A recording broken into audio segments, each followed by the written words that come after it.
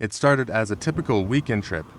A group of us decided to camp in a remote forest, far from the noise and bustle of the city.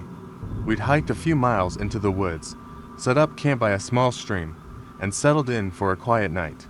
The sun dipped below the trees, casting long, eerie shadows. The air was cool, and the forest was peaceful to peaceful. There was an unsettling silence that we couldn't shake off, but we joked around, tried to ignore it, and got a fire going. The first few hours were fine.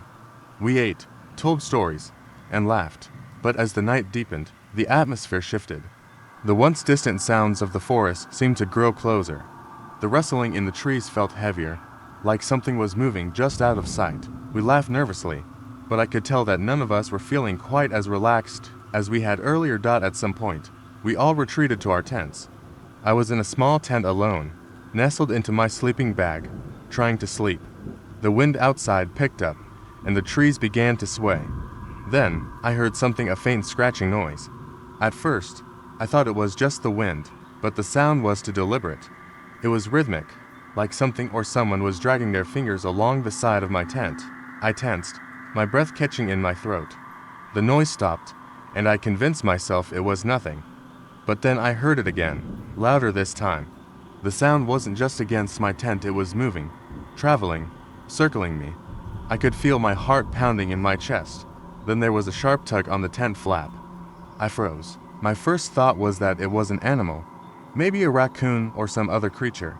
But the more I thought about it, the more it didn't feel like that. There was something too intentional about the way the tent moved. I grabbed my flashlight and unzipped the tent just enough to stick my head out. The beam swept across the campsite, across the clearing where our fire had burned out hours ago. The light caught nothing. Only trees, dark and still, with no sign of movement. I let out a shaky breath, but the scratching sound started again, closer now, as though it was right outside my tent. I mustered all my courage, unzipped the flap fully, and peeked out into the woods. There was nothing. But then I felt a cold gust of air against my neck, and I spun around.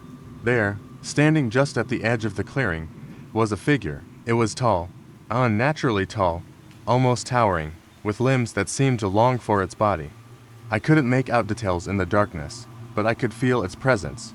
I blinked, and in that moment, it was gone. Just gone. I couldn't believe what I had seen. So I convinced myself it was just a trick of the light, or perhaps my mind playing tricks. I quickly zipped up my tent and tried to calm myself. I wanted to believe it was nothing. Maybe I had imagined it. Minutes later, though, the noise started again. The scratching. This time, it wasn't just against the tent. It was coming from every direction, as if the whole forest was closing in on me. I lay there, paralyzed, staring into the blackness outside, hoping the morning would come soon. The hours felt like days. Then, suddenly, I heard something even worse. Footsteps, slow, deliberate, as if something was pacing around my tent. I held my breath, my hands gripping my flashlight so hard my knuckles turned white. The footsteps stopped just outside my tent. I wanted to scream, but my throat was tight with fear. The silence stretched on for what felt like an eternity, and then the voice came. It was faint at first, like a whisper carried on the wind. Don single quotes T. Look. The words sent a chill down my spine. My body shook uncontrollably, but I couldn't move. I had no idea what to do. And then, suddenly, everything stopped. The footsteps, the scratching, the voice. The air grew still again, too still. I waited, but there was nothing, just the silence of the woods. Finally, I gathered the strength to unzip the tent and peek outside again, shining the flashlight across the clearing. The figure was gone. There was nothing there at all. I didn't sleep a wink that night. When morning finally came, I rushed to wake my friends. I told them everything, but they didn't believe me. They thought I had imagined it. Maybe a bad dream or paranoia from the isolation. We packed up and left as soon as we could, but I knew what I had seen. I knew that something had been out there with me. I haven't camped in the woods since. But that night, there was one thing that stayed with me. The whisper I heard before everything went silent again. It wasn't a warning. It was a promise. We had always talked about doing something different for our annual camping trip. After years of sticking to the same familiar spots, we decided to head deep into the woods, somewhere we'd never been before. The kind of place where you don't hear anything but the wind and your own thoughts. We thought it would be peaceful, a way to disconnect. But it turned out to be the opposite. We set up camp in a dense patch of forest, surrounded by trees so thick the sunlight barely made it through. It felt like we were in another world, quiet, isolated, and eerie.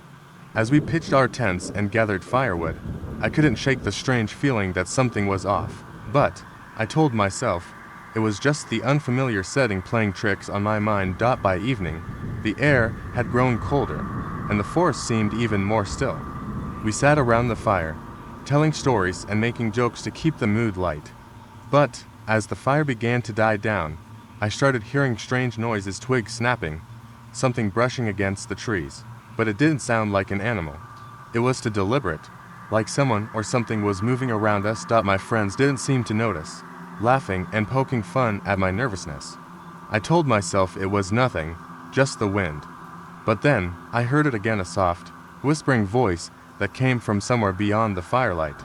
It was faint but clear enough for me to make out. "Help me." I froze. My heart pounded in my chest, and I glanced around the circle of friends. No one else seemed to have heard it. The whisper was so soft that it could have been my imagination, but something about it sent a chill down my spine. I didn't want to seem paranoid, so I kept quiet, forcing myself to focus on the conversation. But the voice didn't stop. It grew louder, as if moving closer to us. "Help me." I stood up abruptly, scanning the shadows in the trees. The others noticed my sudden tension and stopped talking, looking at me in confusion. I felt a rush of cold air around me, and for a moment, the forest seemed to go completely still. There was no wind, no rustling leaves, nothing, just silence. Before I could say anything, there was a loud snap of branches behind us. We all turned, eyes wide. There, just beyond the firelight, was a figure. It was tall and thin, its shape barely visible in the darkness. The figure stood completely still, just watching us. We were too far from the car, and there was no way we could outrun whatever it was. I wasn't sure what to do. I couldn't see its face, but I felt it staring directly at me. The whispering began again, louder now, but it wasn't coming from the figure. It was coming from every direction. "Help me, help me, help me." The voice echoed around us, and the air felt thick with it. We all stood frozen, unsure of whether to run or confront whatever was out there. Then, without warning, the figure stepped forward, and we all jumped back, hearts racing. The figure was gone. The whispering stopped instantly. We stood in a circle, breathing heavily, unable to move. The only sound now was our own panicked breathing. I felt a cold hand grip my heart as I realized the figure hadn't left. It was still there, somewhere, just out of sight. We decided to pack up and leave. But as we began gathering our things, the air grew even colder, and the forest seemed to close in on us. We couldn't shake the feeling that we were being watched. And every time we looked over our shoulders, the figure was there again, just out of sight, always lurking in the shadows. We didn't stop running until we reached the car. The drive back was silent, none of us daring to speak about what had happened. We had escaped, but the feeling of being watched lingered. Even as we left the woods behind. It wasn't until I was unloading my things that I noticed something strange. In one of the pictures we had taken that night, there was a figure standing in the background, just behind the trees, barely visible. It was the same shape, the same tall, thin figure, but there was something different about it. In the photo, it was smiling. That's when I realized the truth. The figure hadn't been just a part of the forest. It was never far from us. It had always been watching. My friends and I chose a secluded spot deep in the forest, miles away from any trails or campsites. The idea was to get lost in nature and enjoy the quiet. We had no idea how quickly the peace would unravel. We arrived in the late afternoon, the sky painted with shades of orange and pink as we unloaded our gear. The trees here were dense, their trunks thick and dark. The sun barely filtered through the leaves. We set up our tents, gathered firewood, and built a fire at the center of our camp. As the evening deepened, the air grew colder, and the fire's crackling was the only sound that broke the silence. At first, the forest seemed comforting, isolated, untouched. But as night fell, a strange unease began to settle over me. It wasn't anything specific, just an overwhelming feeling that something was off. I kept pushing it down, telling myself it was just the unfamiliarity of the place. We sat around the fire, telling stories and laughing. Then, just as I was about to take a sip of water, I heard something. A soft rustle in the bushes, too deliberate to be an animal. Everyone else was distracted, but I couldn't shake the feeling that we were being watched. I tried to shake it off, but the feeling persisted. The firelight flickered, casting long shadows across the camp. A sudden movement in the tree line caught my eye, but when I turned to look, nothing was there. My heart started to race. I forced myself to smile and join the conversation, but I couldn't ignore the growing discomfort gnawing at me. Around midnight, we decided to head to bed. The forest was pitch black now, the fire a dying glow in the distance. I crawled into my tent, trying to ignore the eerie silence of the night. I zipped it up, rolled into my sleeping bag, and closed my eyes, but sleep wouldn't come. There was something out there. I could feel it. Every rustle of the wind in the trees, every crack of a twig seemed too loud, too close. I tried to convince myself it was just my nerves. But the longer I lay there, the more restless I became. Then, a sound pierced the night, a soft whisper, just outside my tent. I froze, my breath catching in my throat. It wasn't the wind, not the trees. It was a voice, faint but distinct. Help. I couldn't breathe. My mind raced. I wanted to scream, but I couldn't make a sound. The voice came again, clearer this time. Help me. I reached for the zipper of my tent, my fingers trembling. I had to know who or what was out there. I slowly unzipped the flap and poked my head out, scanning the darkness. The forest was still. No movement, no sounds, just the rustling of leaves. Then, I heard it again, right behind me. Help me. I whipped around, my heart leaping into my throat. But there was nothing, just the empty space inside my tent, the dark forest outside. Panic surged through me. I scrambled to zip the tent back up, my breath coming in shallow gasps. I lay still, trying to convince myself I was imagining things. But the whisper came again, this time louder. Help me, please. This time, it didn't sound like a person. It sounded like a plea, like something trapped. My skin prickled with fear, and I fought the urge to scream. What was happening? Who was calling out for help? I could feel the tension in the air, the way the world seemed to hold its breath. I listened carefully, my pulse hammering in my ears. And that's when I heard something that froze my blood. A voice, deep and rasping, came from just outside my tent. I'm behind you. I didn't move. I couldn't. I held my breath, praying that whatever it was would go away. I couldn't see anything, but I could hear its soft footsteps, slow and deliberate, moving around my tent. The world felt suffocating. Suddenly, a sharp knock on the side of my tent sent me flying out of my sleeping bag, heart racing. I scrambled to turn on my flashlight, but the beam shook so violently I could barely focus it. The knock came again, louder this time, followed by a voice familiar, but wrong. You're not alone. I spun around, my flashlight flickering. The forest was still, too still. I turned it off and on again, the beam cutting through the night. That's when I saw it, a figure, a face, pale and distorted, staring at me through the fabric of the tent. I gasped, heart in my throat. It vanished instantly, as if it had never been there at all. I threw the tent open and bolted outside, my friends standing around the fire. I could hardly speak, but when I managed to, all I could say was that we needed to leave. Now, we packed up in a hurry, our hearts pounding in our chests, and we didn't stop until we were miles away. The most terrifying part, when we looked at the photos we had taken earlier in the day. One image stood out. A shot of the trees with the camp in the background.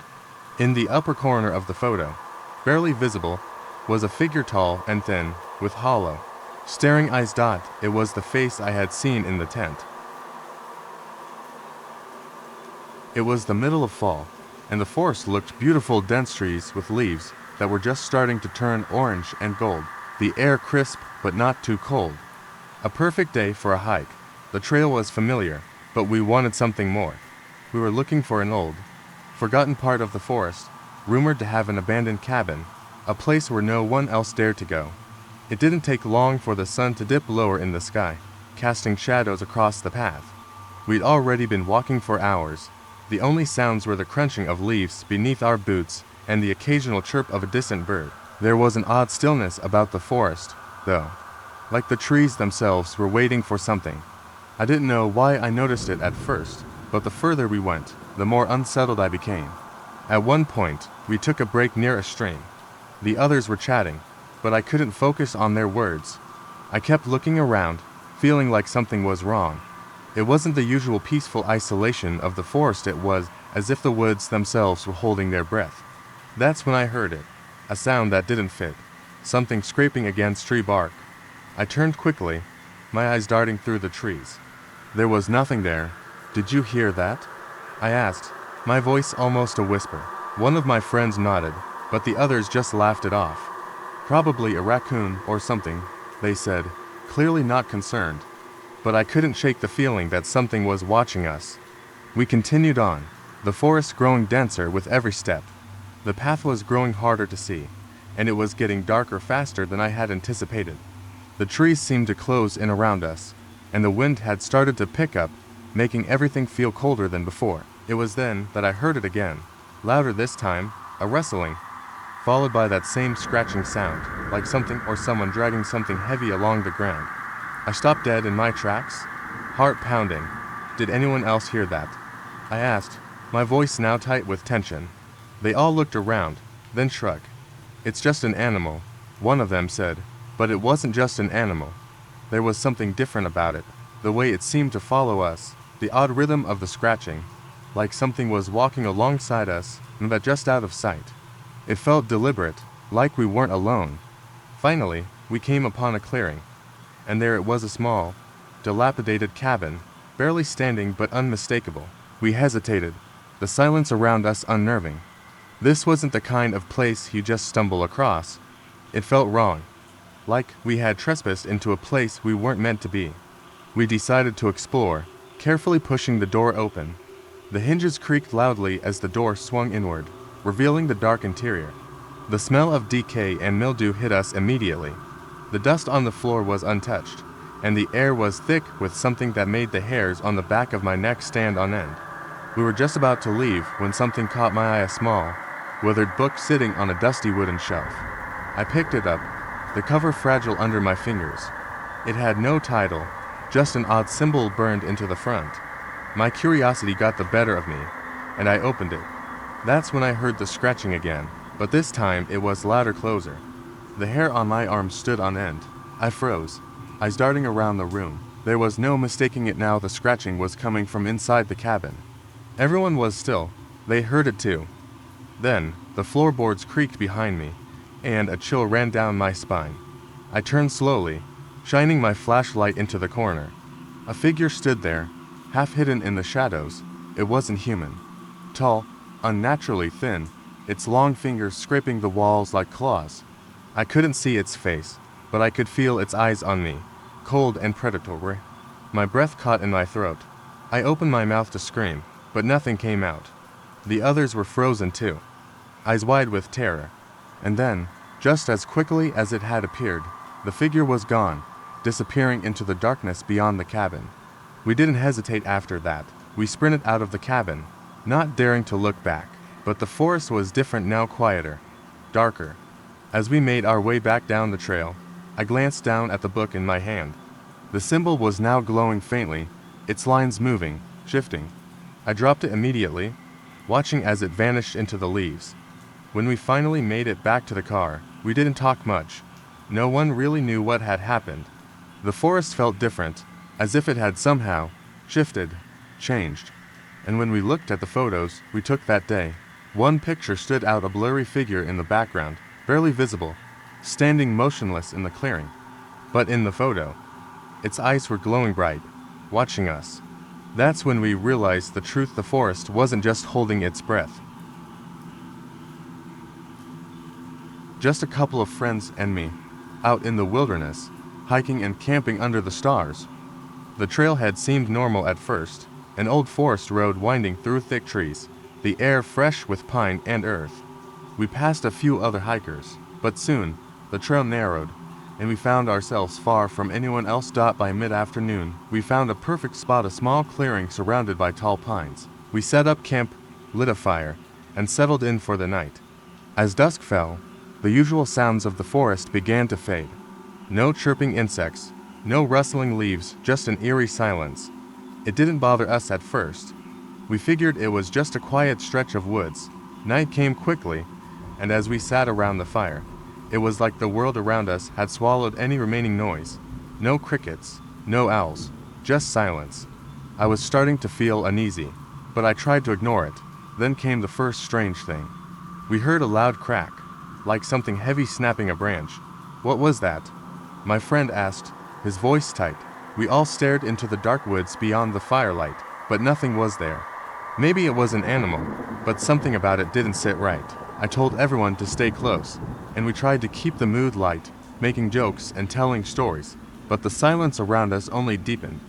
The fire popped and crackled, casting long, twisted shadows on the trees. Then, I felt the sensation that someone was watching us. I glanced around nervously, but nobody else seemed to notice.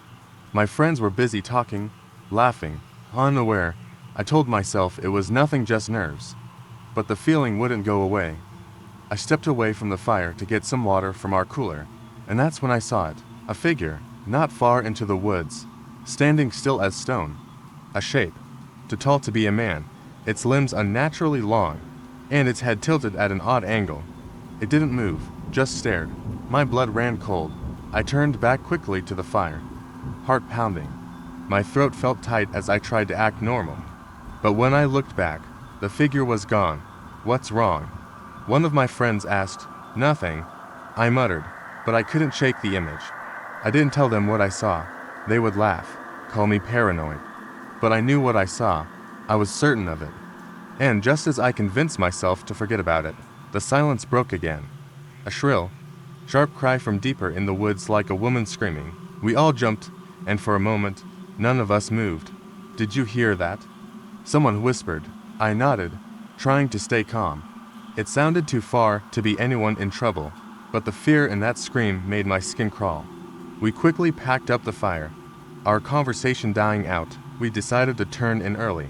I crawled into my sleeping bag, heart still racing from the scream, but trying to force myself to sleep. As I lay in the dark, I heard something again, a soft rustling, too light to be a wild animal, too deliberate. It sounded like footsteps.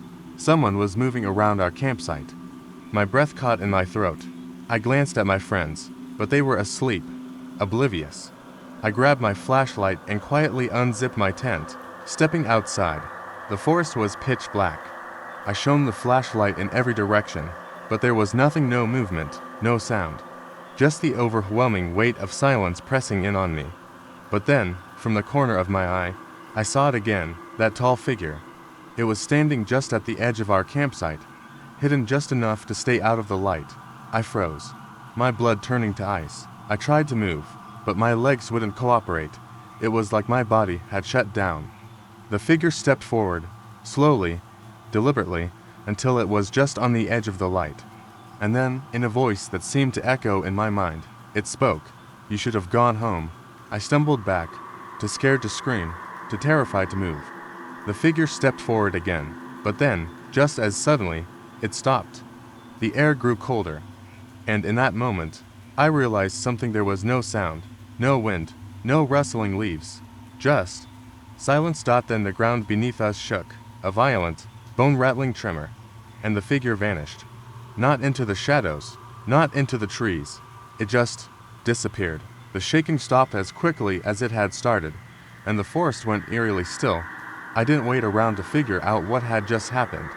I yelled for everyone to pack up, and we didn't stop until we were miles away from that place. We didn't speak much on the way back, but as we passed through the last stretch of woods, I saw something that made my stomach drop. That figure, standing in the trees, watching us. Only this time, it wasn't alone. There were more of them. A group of friends, a long hike, and a few days in the deep woods to unwind. The kind of place where you could get away from everything. No cell service, no distractions, just nature. We set out early on a Saturday morning, excited for the adventure ahead. The forest was dense, the trees towering above us like silent sentinels. It was the perfect place to disconnect, or so we thought. We followed a narrow trail that led deep into the woods, far from the nearest town or any real civilization. The deeper we went, the quieter it became, the usual sounds of birds and wind in the trees fading into an eerie silence. After several hours, we made camp beside a small creek. The air was crisp, and the water, though cold, was clear. We gathered firewood, set up our tents, and sat around the fire, cracking jokes and enjoying the night. As darkness settled, the forest seemed to shift. The firelight flickered, casting long, dancing shadows. That was when I first noticed it. A figure, just at the edge of the trees, barely visible in the dark. At first, I thought it was just my eyes playing tricks on me.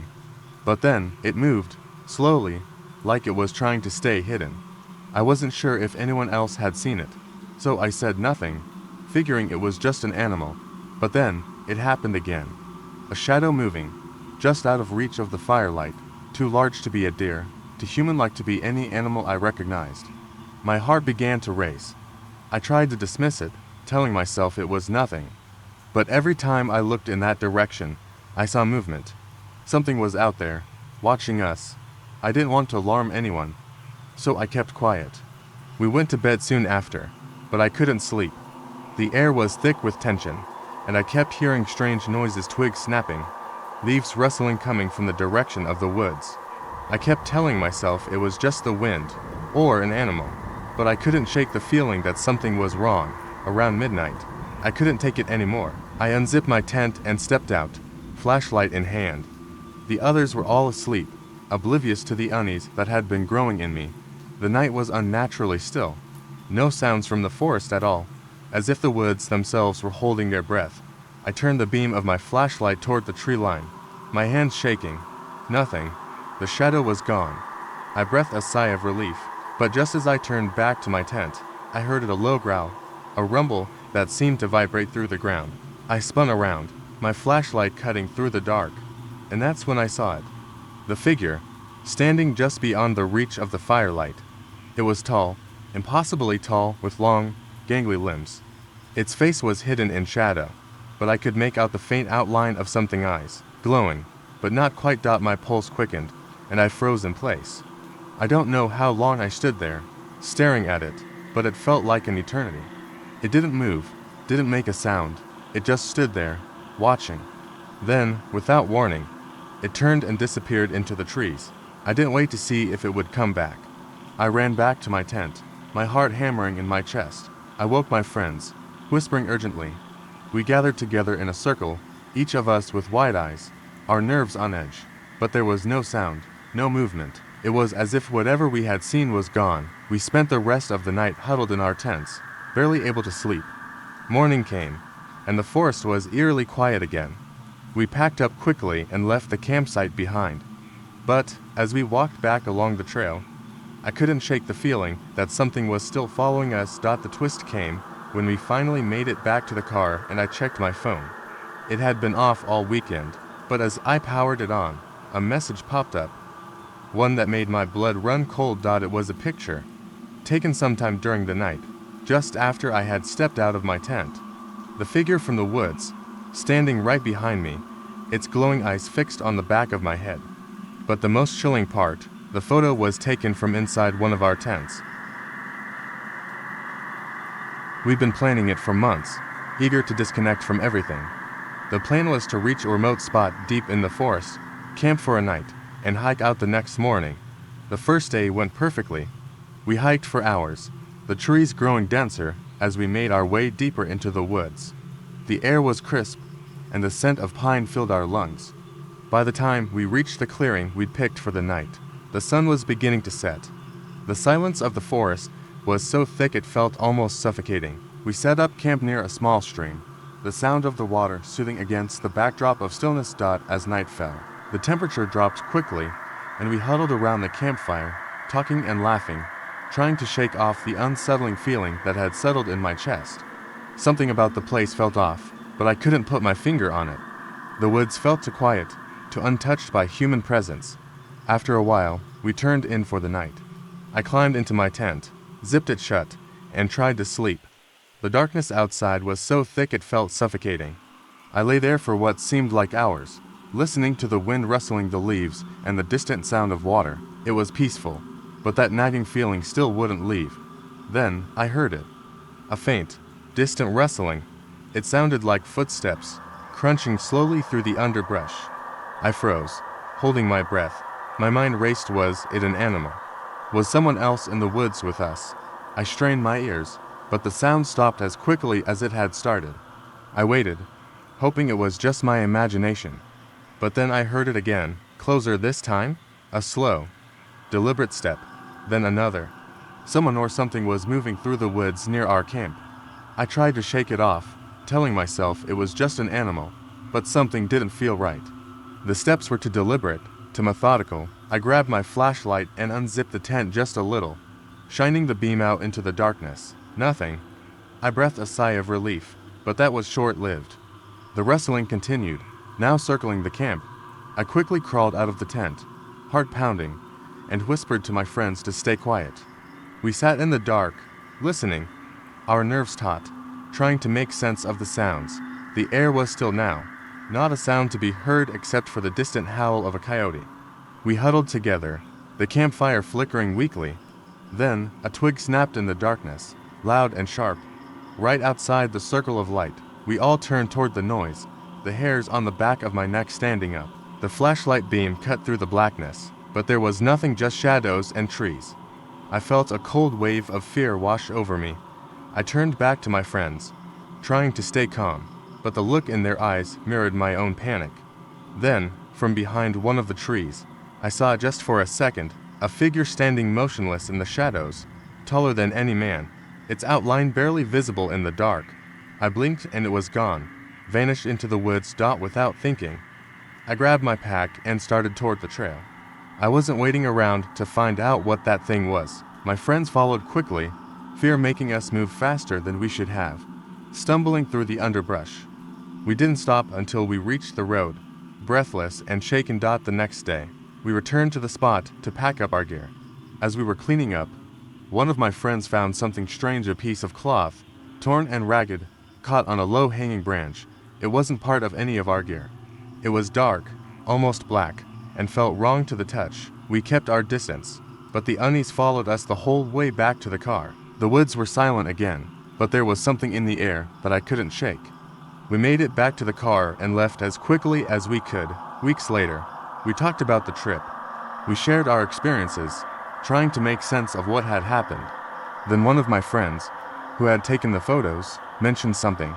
In one of the pictures, a blurry figure was standing just outside the firelight, almost invisible in the shadows. It was the same figure we had seen, the one that had vanished so quickly into the trees.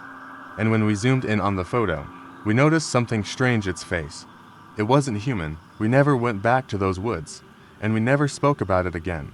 But every time I think about that trip, I still hear the footsteps in the distance, following us, just out of sight.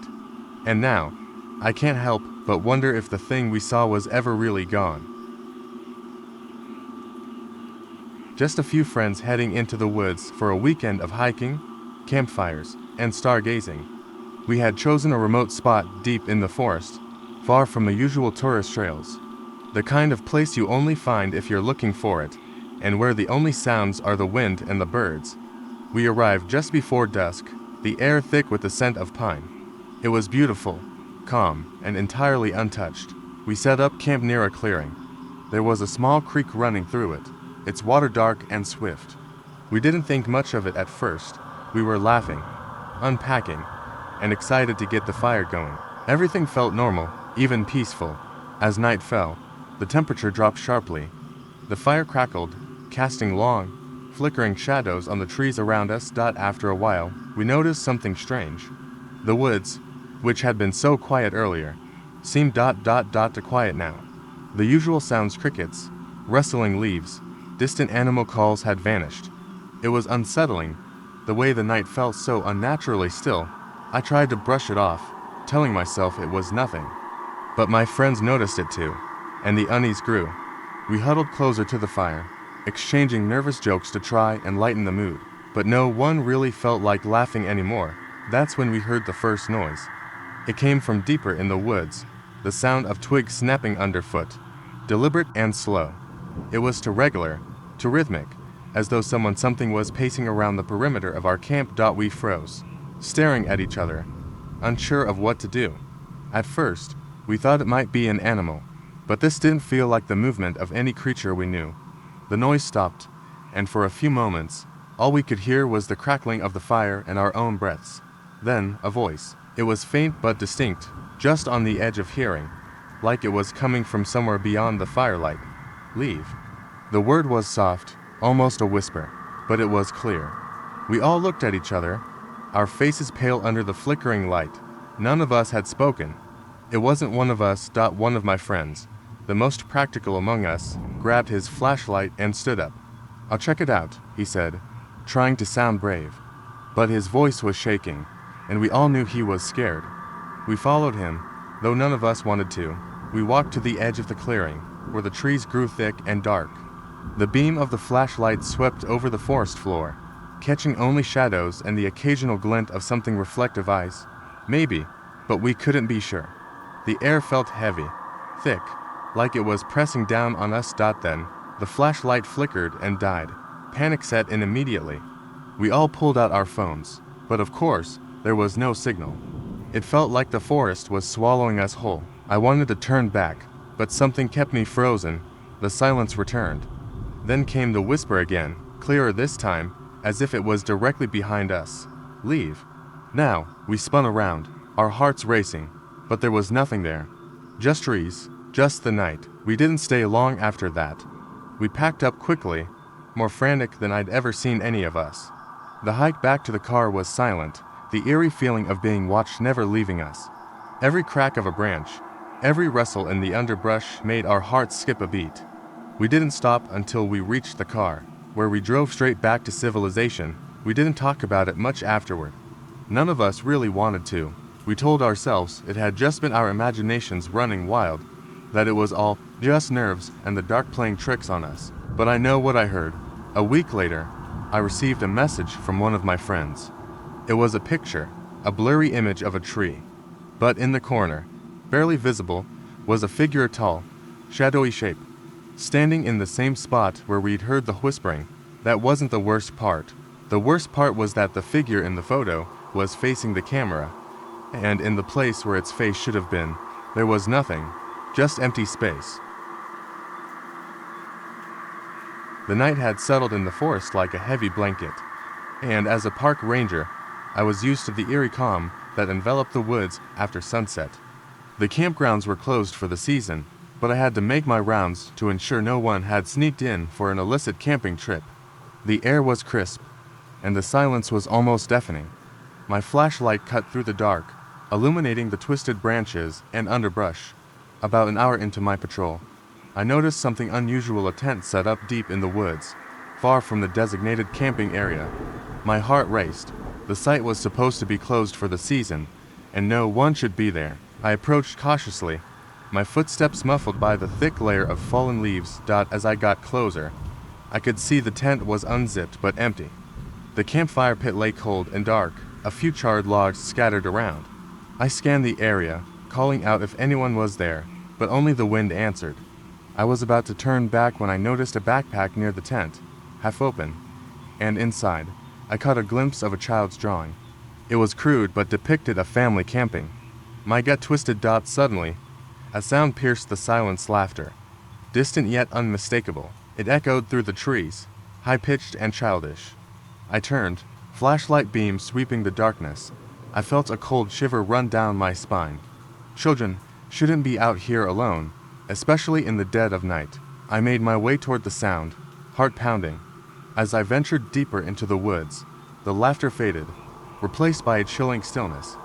Then, I heard something else: a low growl. Unlike anything I had heard before, it sent a bolt of fear through me. I raised my flashlight higher, trying to see beyond the trees, but nothing moved. I hesitated, trying to rationalize the noise, convincing myself it was just an animal. With a deep breath, I continued, hoping to find the children and bring them back to safety. I stumbled into a small clearing and spotted something that made my blood run cold. There, among the foliage, stood a tall figure, its back turned to me. It wore what appeared to be a tattered, oversized sweater, the hem dragging along the ground. I called out, but it didn't move. Instead, it seemed to shift slightly, as if sensing my presence. I felt the air grow heavier, and a chill swept over me. My instinct screamed to run, but I couldn't leave without understanding what was happening. I took a cautious step forward, and the figure suddenly turned around. My flashlight flickered against its face, a twisted, unsettling mask that was neither human nor animal. Its eyes were sunken and empty, and it opened its mouth to let out a haunting sound that mimicked laughter. The growl I heard earlier grew louder, but I realized it wasn't coming from the figure. Panic surged through me as I turned to flee, heart racing. I crashed through the underbrush, branches snagging at my clothes. I sprinted back toward the path, but the laughter followed me, echoing through the trees, getting louder with each step. As I emerged onto the main trail, gasping for breath, I nearly collided with a family of 3 parents and a young child, their eyes wide with confusion. They must have arrived just as I was fleeing. I hurriedly explained what I had seen, the laughter, the figure. They listened, faces pale and frightened, but before I could convince them to leave, the laughter echoed again, louder this time, and the figure emerged from the tree line behind them. I shouted for them to run, and they turned in terror. The family sprinted down the path as I grabbed my radio, frantically calling for backup. I didn't look back until I reached the main ranger station, heart pounding. When the other rangers arrived, we formed a search party, but the woods were silent. We combed the area, but there was no sign of the figure, the tent, or the family I had seen. Hours passed with no trace, and as dawn broke, the sun illuminated the woods with a haunting beauty. Later, as we gathered to regroup, I heard the same high-pitched laughter wafting through the trees, sending chills down my spine. I turned to my fellow rangers, trying to shake off the growing dread. As we discussed the plan, I caught a glimpse of the child from the family had encountered earlier, standing at the edge of the woods, a grin on his face. But it wasn't just any grin. It was the same twisted smile I had seen on the figure. The realization hit me like a punch in the gut. The child wasn't lost. He was part of whatever was lurking in the woods, and now they had returned, watching, waiting. I had no idea what horrors lay ahead. The laughter echoed again, and I felt the woods close in around me. It started as a simple weekend getaway with a few friends.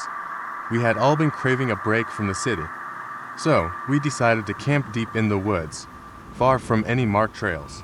No one had been there before, but the spot looked perfect on the map, secluded, peaceful, and surrounded by towering pines.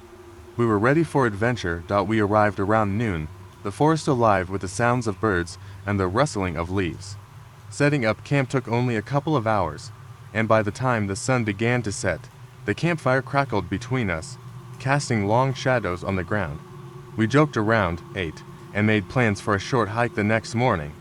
The air was crisp, and everything felt normal. Then, as night fell, the forest seemed to change.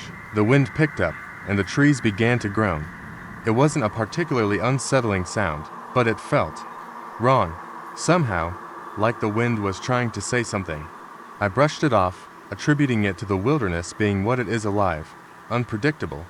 We huddled closer to the fire as it burned low, the darkness pressing in around us. It wasn't until the first strange sound that I started to feel uneasy. A loud crack, like something heavy snapping, echoed from the tree line. It wasn't a branch falling. It was too forceful, too deliberate. We all went silent, eyes scanning the darkness beyond the firelight. There were no animals in the area that sounded like that, at least none we knew of. Probably just a deer, someone suggested, though none of us believed it. A second crack followed, closer this time. We stayed quiet, listening. The hairs on the back of my neck stood up. Something was out there. Maybe we should go to bed, I said, trying to sound calm. We'll hike in the morning. But no one moved. Everyone stayed stiff, eyes darting around, clearly unsettled. We decided to put out the fire early and retire to our tents, though none of us were eager to sleep. The wind howled through the trees, and as I lay in my sleeping bag, the sounds outside grew louder, more persistent. The scratching against the tent fabric started softly, like wind brushing over it, but then it intensified. It wasn't the wind. It was deliberate, like something or someone was pressing against the side of the tent. I sat up, heart racing. I wasn't sure what was more terrifying, the thought of an animal or the idea that someone was out there. I didn't want to check, but the scratching grew louder, more urgent. Finally, I couldn't take it. I unzipped the tent slowly, holding my breath. The beam from my flashlight cut through the darkness, revealing nothing but trees, shadows, and the twisted shapes of branches. But the scratching didn't stop. It continued, as if whatever was outside the tent was toying with me. Suddenly, I heard a voice, a soft, barely audible whisper. "Don't look."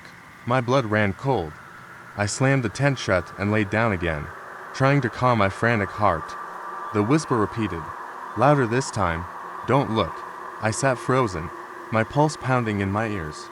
I had no idea what was happening. The whisper sounded close, too close, like someone was standing right next to my tent. But when I dared to peek outside again, there was nothing. I wasn't the only one who had heard it. When I glanced over at the others, I saw they were awake, staring at me with wide eyes. No one spoke, but we all understood. Something was wrong. We decided to leave, pack up, and get out of there. As we gathered our things in the dark, the whispers returned, echoing through the trees. But this time, there was something more.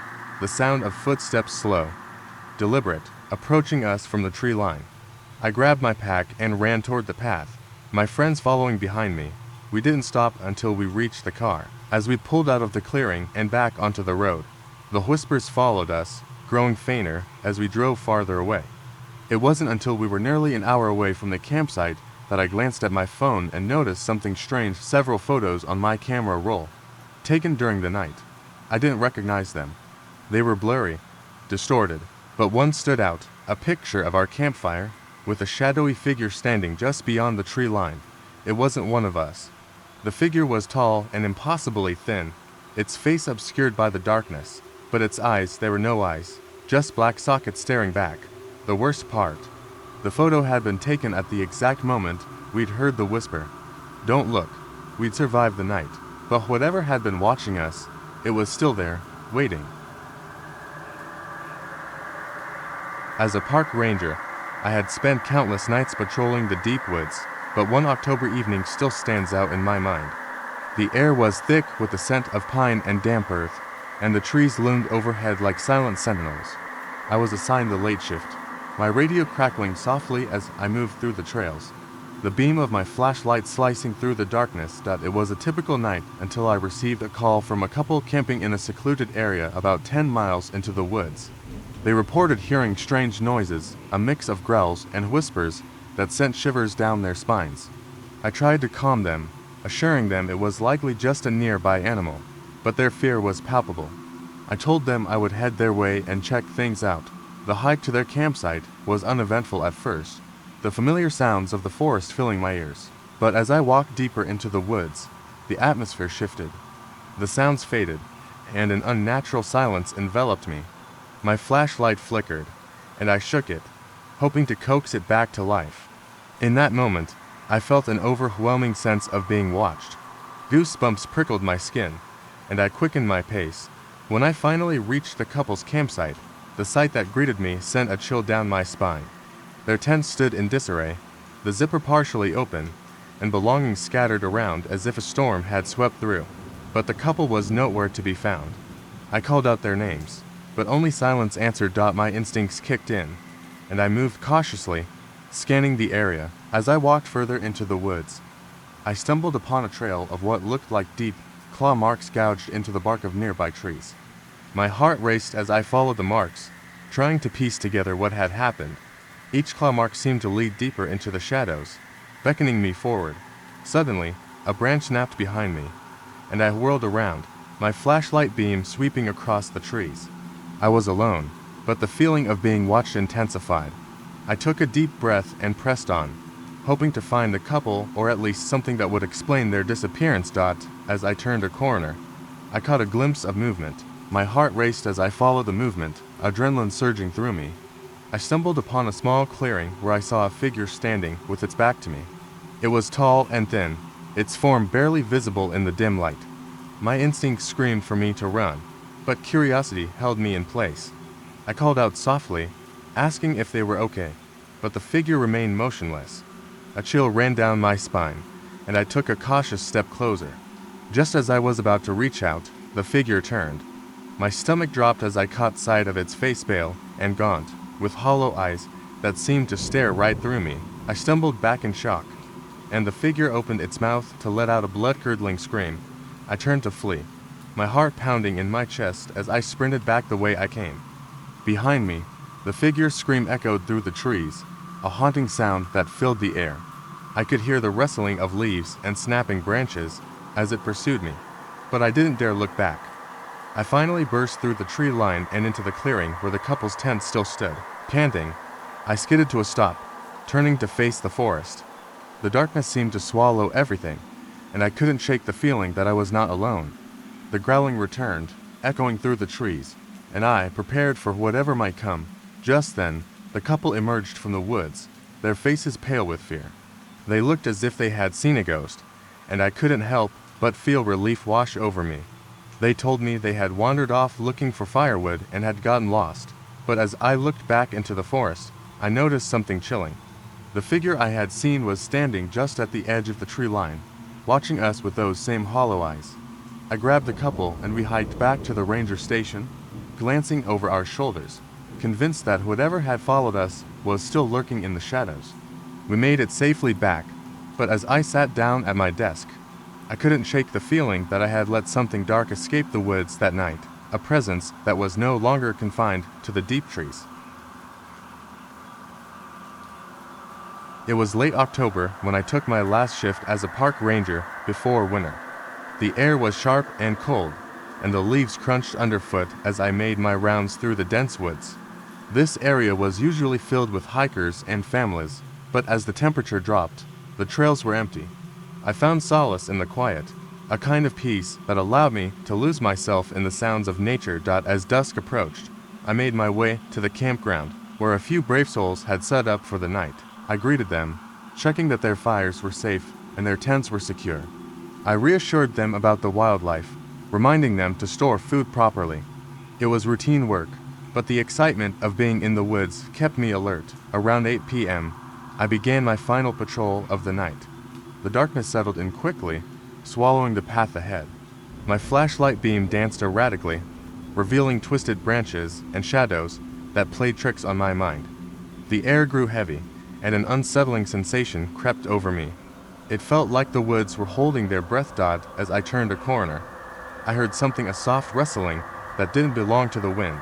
My heart raced, and I trained my flashlight toward the sound. A few yards away, I saw movement. At first, I thought it was a deer, but as I focused, I realized it was too large and too human-like. It stood partially obscured by the trees, a tall figure hunched over. I called out, trying to sound confident, but my voice faltered. The figure froze, its head snapping up to reveal a face obscured by shadows. I squinted, trying to make out its features, but the light didn't reach far enough. It didn't move. It just stood there, watching. Instinct kicked in, and I backed away slowly, my heart pounding in my chest. I turned, deciding to head back to the campground. As I walked, the rustling began again, but this time it was closer. I felt a jolt of panic. The sound grew into a quick succession of footfalls, echoing my movements. Whatever it was following me. I sprinted toward the main path, adrenaline surging through my veins. The flashlight flickered as I ran, casting erratic shadows on the trees.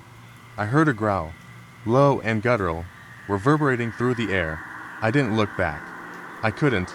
The pounding of my heart drowned out everything else as I rushed toward the campsite. I burst into the clearing, nearly stumbling into the fire pit, where a few campers were sitting around the flames. They looked up, startled, as I gasped for breath. I quickly explained what I had seen, trying to keep the fear out of my voice. The campers were nervous, but intrigued, asking questions that I couldn't answer. Suddenly, one of the campers pointed behind me. Eyes wide, I turned, flashlight trembling in my hand. The figure stood at the edge of the trees, illuminated by the firelight. It was taller than any person I had ever seen, its limbs impossibly long. My breath caught in my throat as I caught a glimpse of its face. It was gaunt, hollow, with eyes that glowed unnaturally bright.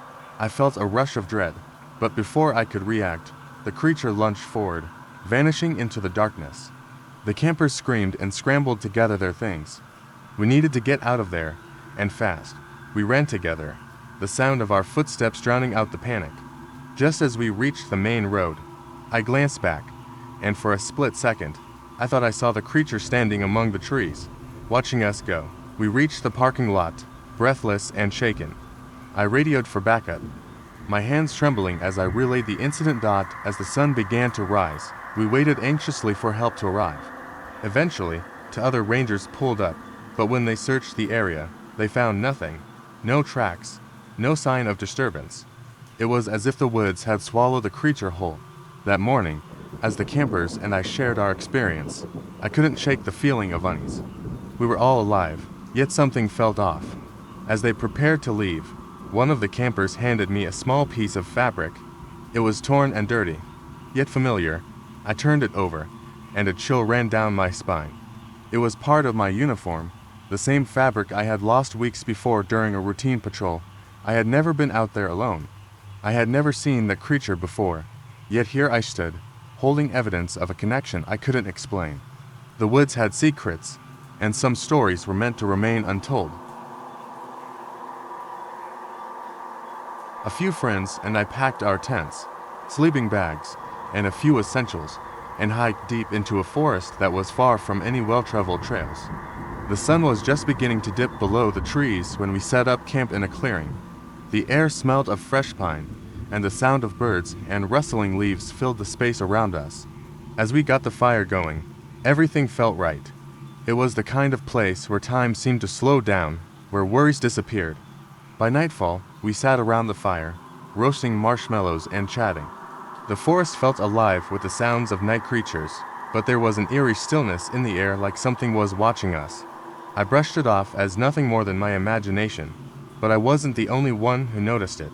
My friend Sarah was staring into the woods, her face pale. "What's wrong?" I asked, half joking. She shook her head. "I don't know. It just feels strange." I laughed it off. "It's just the forest. You're fine." We all tried to brush it off, but none of us felt entirely at ease. As the fire burned low, we decided to call it a night and crawl into our tents. I was the last one to settle in, zip my tent shut, and lie down, trying to push the nagging feeling away. It wasn't long before I heard the first noise. It was faint, like something brushing against the canvas of my tent. I froze, listening intently. Nothing. The wind. Probably, but then it came again, this time louder. Something was scraping along the side of my tent. I gripped the flashlight by my side, trying not to make a sound.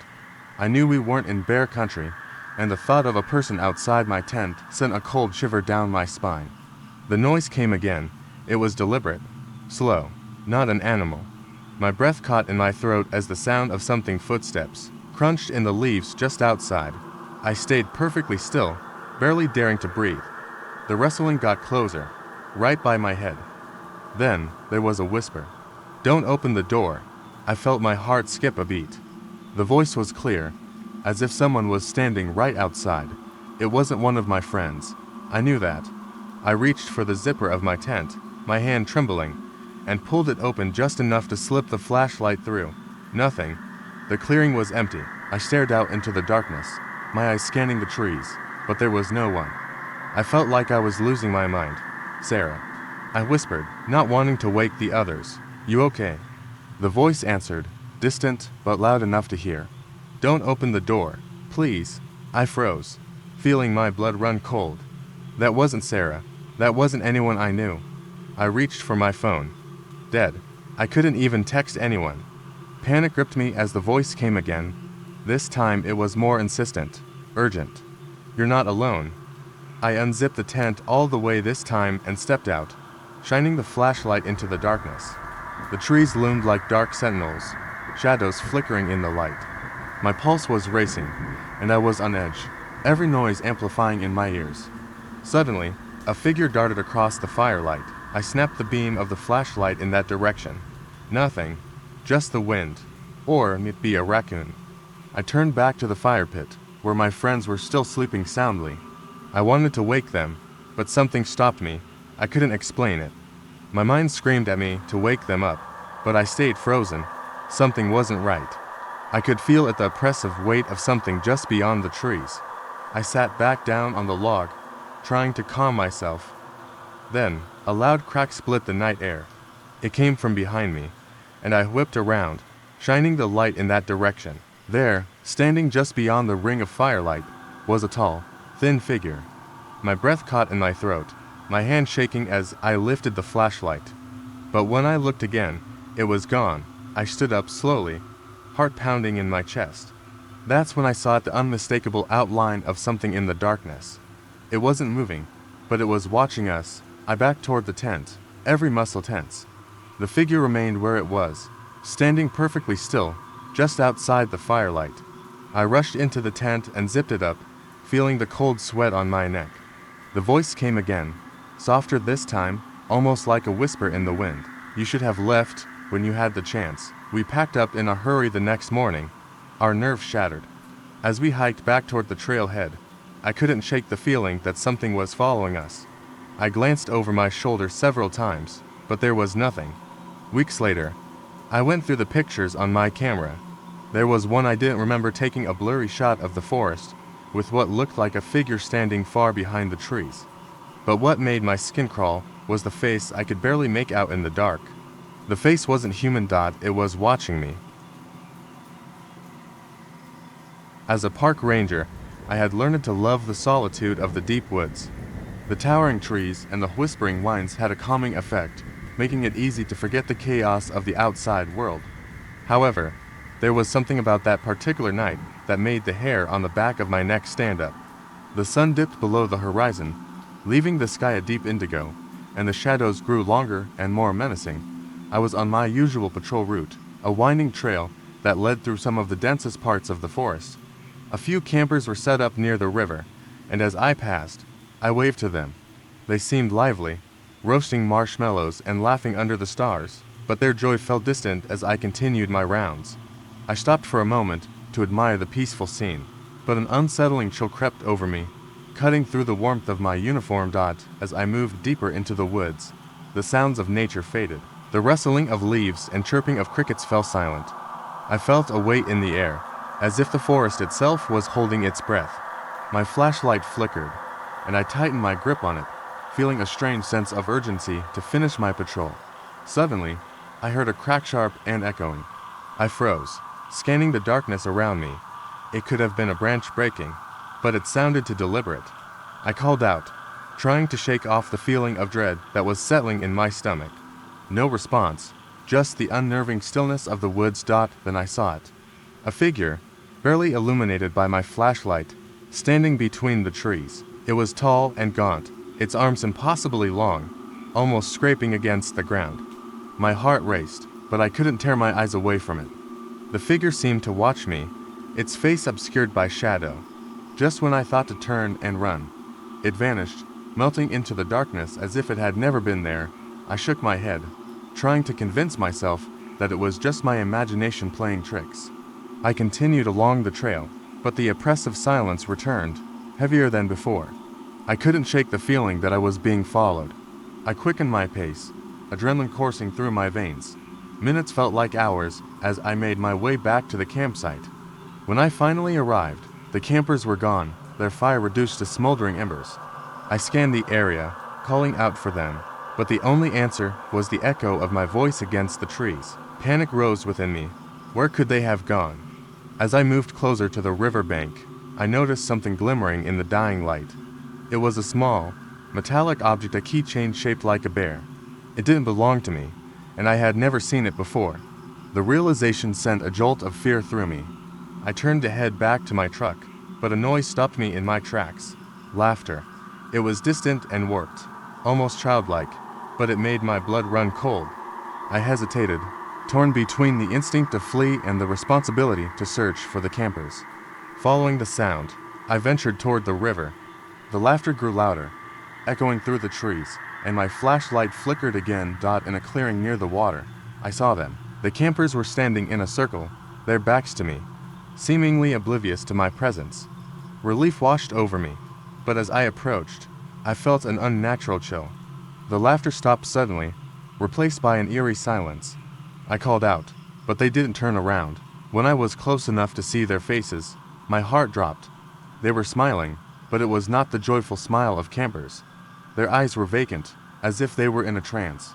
In that moment, the world around me shifted, and I realized they weren't alone. The tall figure I had seen earlier loomed behind them, its arms outstretched, almost cradling them in an embrace. Instinct kicked in. I shouted at them to run, my voice breaking through the silence. They snapped out of their stupor and turned to me, their eyes wide with fear. We bolted together, racing back through the trees, my flashlight flickering wildly. I didn't stop running until we reached my truck. I ushered the campers inside, still glancing back at the dark woods, half expecting the figure to appear again. I drove us out of the park in silence, my heart pounding in my chest. As we reached the edge of the forest, the air seemed to clear. The campers thanked me for saving them, but I couldn't shake the feeling that something had changed in them, that they had left a part of themselves behind in the woods. And even as I drove away, I knew the woods held their secrets tight, waiting for the next curious soul to wander too deep into their grasp. The sun was setting behind the trees as I drove deeper into the forest, the fading light casting eerie shadows on the winding dirt road. As a park ranger, I was accustomed to the quiet beauty of these woods, but tonight felt different. The air was thick with tension, as if the trees themselves were holding their breath. I had just received a report of a family camping near the edge of the park who hadn't checked in. As I parked near their campsite, I could see their tent in the distance, illuminated by a single lantern. I called out as I approached, but there was no response. I felt an unsettling knot in my stomach. The area was usually bustling with the sounds of nature, but the silence was overwhelming. The faint rustle of leaves made me jump, and I steeled myself for what I might find. When I reached the tent, I noticed the zipper was slightly open. I pushed it aside and peeked in, empty. The sleeping bags were still laid out, and the family's belongings were untouched. I called their names, but was met only by the rustling of branches and the distant call of an owl. My heart raced as I scanned the surrounding woods, looking for any sign of movement. I decided to check the nearby clearing, hoping to find them there. As I stepped away from the campsite, I felt a chill in the air. A sense of unease washed over me. I ventured further into the woods, the shadows growing longer and darker. The silence was oppressive. Suddenly, a loud crack echoed through the trees, making me jump. My flashlight beam swept across the underbrush, but nothing was there. I continued walking, trying to shake off the feeling of being watched. My thoughts raced through scenarios. Had they gotten lost? Were they hurt? Just as I was about to turn back, I heard laughter in the distance. Relief flooded through me, but it was short-lived. The laughter sounded wrong, echoing and distorted, as if it were mocking me. I hurried toward the sound, calling out to the family. The laughter faded, replaced by a low growl that sent chills down my spine. I froze, listening intently. There it was again, the growl, closer this time. My instincts kicked in, and I felt the need to get back to the tent. I turned to head back, but the path seemed unfamiliar. The trees loomed over me, their branches twisting like skeletal hands. Panic set in as I stumbled through the underbrush, my heart pounding. I tried to retrace my steps, but the shadows seemed to stretch and shift, disorienting me. I called out again, hoping for a response, but all I got was silence. Then, from behind me, I heard the laughter again, louder this time, echoing in my ears. It wasn't the sound of children, it was something sinister. I ran, my breath coming in ragged gasps. The growl was now a snarl, and I could feel something pursuing me. I burst into a small clearing, my flashlight flickering. In the center stood a figure. It was tall and gaunt, with glowing eyes that seemed to pierce the darkness. My blood ran cold as I realized I was not alone. I stumbled back, the beam of my flashlight illuminating the figure's twisted face, a grotesque parody of a human smile stretching from ear to ear. In a panic, I turned to run again, the laughter morphing into a cacophony of voices, whispering my name, taunting me. I sprinted through the trees, my mind racing for a way out. Suddenly, I tripped and fell, the ground giving way beneath me. I landed hard, gasping for breath, and looked around. The figure loomed closer, but just as it reached out, I felt something cold grab my ankle. It yanked me back, but instead of panic, I felt relief wash over me as I saw the familiar shape of the family I had been searching for. They had been camping a few yards away, and it turned out they had wandered off for a night hike. They pulled me up just as the figure receded into the shadows, the laughter fading into the night. We scrambled back to the campsite, breathless but safe. As we packed up and prepared to leave, I glanced back into the woods, wondering if what I had seen was real or a trick of the mind. Later, while recounting the story to them, I noticed the family exchanging glances, their expressions troubled. They spoke softly among themselves, and it struck me that their laughter hadn't been joyful. It had been the same mocking laughter I heard in the woods. A chill ran down my spine as I realized that whatever lurked in those woods had not only been after me, it had been playing with all of us. I've always loved camping. There's something magical about being surrounded by nature, but that love quickly turned into a nightmare one evening in the woods with friends. We set out on a Friday afternoon, excited for a weekend filled with hiking, stories around the fire, and the thrill of the great outdoors. As the sun dipped below the horizon, we settled around the campfire, sharing ghost stories and laughing until the flames flickered low. Just as we finished our last story, my friend Yena suggested we take a nighttime walk. The idea sparked a mix of fear and excitement, especially after our spooky tales. I hesitated but finally agreed. Matt and Aaron, ever the adventurers, quickly jumped on board. We grabbed our flashlights and headed into the dark woods, the beam of light cutting through the thick night air. The woods felt alive. The rustling leaves and occasional snaps of twigs beneath our feet heightened our senses. We wandered deeper, the shadows becoming more oppressive. Then, we heard a faint noise in the distance. It sounded like chains dragging along the ground. We stopped, exchanging nervous glances. I laughed it off, but the sound grew louder, echoing through the trees, sending shivers down my spine. Suddenly, we spotted flickering lights moving through the trees. My heart raced as I felt a primal instinct to run, but Yena urged us to hide behind a nearby bush. We ducked down, breathing heavily as the lights drew nearer. My hands trembled as I clutched my flashlight, its beam wavering in the growing tension. As the figures emerged from the darkness, I felt a chill sweep over me. There were 6 of them, all wearing tattered clothing and pale, expressionless masks. Each held a lantern that illuminated their chained bodies, the metal clanking rhythmically as they moved. I felt frozen, unable to look away from the horrific sight. My mind raced with questions. Who were they? What did they want? They passed us by, marching slowly in a single file. I could see their feet dragging, and I felt a wave of nausea wash over me. It was like something out of a nightmare, and I struggled to convince myself this was real. My friends were just as paralyzed with fear. The sound of chains rattling filled the air as they continued deeper into the woods, the lanterns flickering like distant stars. Once the figures disappeared, we stumbled back to our campsite, too frightened to speak. Every sound in the forest felt amplified, and we huddled close together, trying to shake off the fear. The night dragged on, each crack of a branch sending us into fits of panic. Sleep was impossible, but as the dawn broke, we finally felt safe enough to check on our camp. As we approached the site, a sense of dread washed over me. Our campsite looked different. The tents were askew, and the fire pit was smoldering. I stepped closer, my heart racing. In the dirt beside the fire, I saw something that made my blood run cold. A message was etched into the ground, clear as day. We will find you. I felt a wave of nausea wash over me.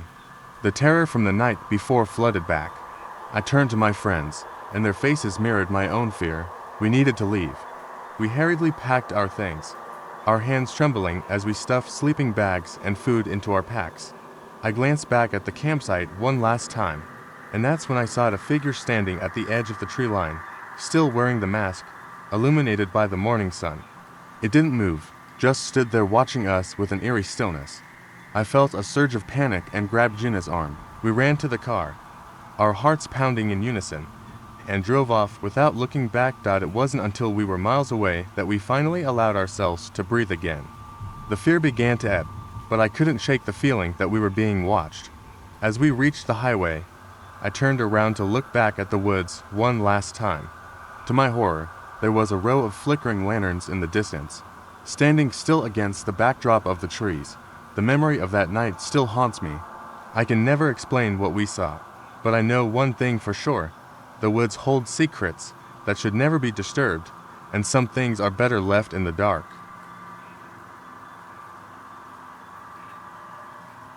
We had planned this camping trip for weeks, our usual way to unwind before winter set in.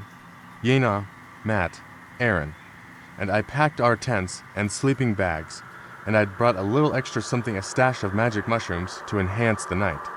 We were miles away from any marked trails, deep in the woods where only the sounds of nature kept us company. We set up camp by dusk, got a fire going, and started our little journey with the mushrooms, watching as the trees seemed to breathe and the stars felt close enough to touch Dot as the fire crackled and shadows danced. Yena suggested we take a walk through the forest. She grinned, saying it'd be creepy, and since we were all a bit out of our minds, it sounded like the perfect idea. We grabbed our flashlights, but something about the inky darkness seemed to swallow the light. Everything felt surreal, as if we'd stumbled into another world. We laughed and whispered as we moved deeper into the trees. But then, from somewhere nearby, a sound broke the stillness. It was faint at first, but unmistakable, the rhythmic clanking of chains. The sound was distant but getting louder, moving closer. We froze, listening as the noise grew. And then, through the trees, a glow appeared, small pinpoints of light, steadily moving in our direction. Panicked, we ducked into the nearest bushes, crouching low as we peered out to see what was coming. My heart hammered in my chest, and every instinct screamed to run, but we were too mesmerized by the sight to move. Emerging through the trees, a procession of figures marched forward, each one draped in chains that rattled with every step. They wore white masks that covered their faces completely, expressionless and pale, giving no clue who or what was behind them. There were at least 10 of them, each holding a lantern that cast an eerie glow across their forms. The orange light flickered, illuminating shackles on their wrists and ankles, the chains connecting them to each other. Their movements were mechanical, precise, as if they'd been marching for centuries without a break. We held our breath, too terrified to even think about making a sound. The figures walked in eerie silence except for the relentless clanking of chains, heading right past our hiding spot. My pulse raced as one of them turned slightly, his mask facing directly toward our bush. The lantern light caught his empty eyes, and I felt a cold, uncheckable dread sink into my bones. I thought I'd been seen, but he turned away and kept walking. They moved onward, disappearing deeper into the woods, their lights fading until only the sound of chains remained. We waited until we were sure they were gone, and then we sat in silence, no one daring to speak. We stumbled back to the campsite in a daze, still reeling from what we'd seen. Sleep was impossible. Every rustle in the dark made us jolt. We stayed huddled together, barely able to close our eyes as we listened to the forest around us, half expecting those figures to return. At the first light of dawn, we decided it was time to go. As we approached the camp, something felt off. From a distance, we could see the tents were knocked over, and the fire we'd put out the night before was smoldering again, as if it had just been lit. We exchanged uneasy glances and moved cautiously toward the site. There, etched in the dirt next to our fire pit, was a message: "We will find you." The words looked fresh, like someone had scratched them in the ground mere moments before we arrived. None of us said a word. We knew what we had to do. We quickly packed what little was left of our things, each of us keeping a nervous eye on the trees, half expecting one of those masked figures to emerge. We practically sprinted back to the car, the weight of an unseen gaze pressing down on us the entire way. It wasn't until we were back on the road, the forest fading behind us, that anyone spoke, and even then, it was in hushed tones. We never went back to those woods, and we never told anyone else what happened. But sometimes, late at night, I still hear the clanking of chains echoing in my mind, and I see that mask staring through the darkness. A group of us decided to escape the stress of city life and go camping in the woods. We were all seasoned campers, so the plan was straightforward: hike deep into the forest, set up camp, and enjoy the serenity away from everything. We left early on Saturday morning, eager to disconnect from the world. The forest was dense, the kind of place where sunlight barely reaches the forest floor. As we hiked in, the air grew colder, and the trees seemed to close in around us. The path narrowed, and the only sound was our footsteps crunching through the underbrush. There was something eerie about it, but none of us said anything. We were too excited to let our nerves get the best of us. By the time we found a clearing, the sun was beginning to set. We set up camp quickly, gathering wood for a fire. The wind picked up, whistling through the branches, sending shivers down my spine. As night fell, the forest seemed to grow even more silent, as if holding its breath. Around the fire, we shared stories and laughed, but there was a strange feeling in the air, an unsettling quietness, like something was watching us. Later, as we crawled into our tents for the night, the mood had shifted. The wind howled outside, rattling the tent walls, but it wasn't the wind that kept me awake. It was the silence. It was too still, too quiet. No night creatures were calling. No rustling in the bushes, just the sound of the wind and the occasional snap of a twig.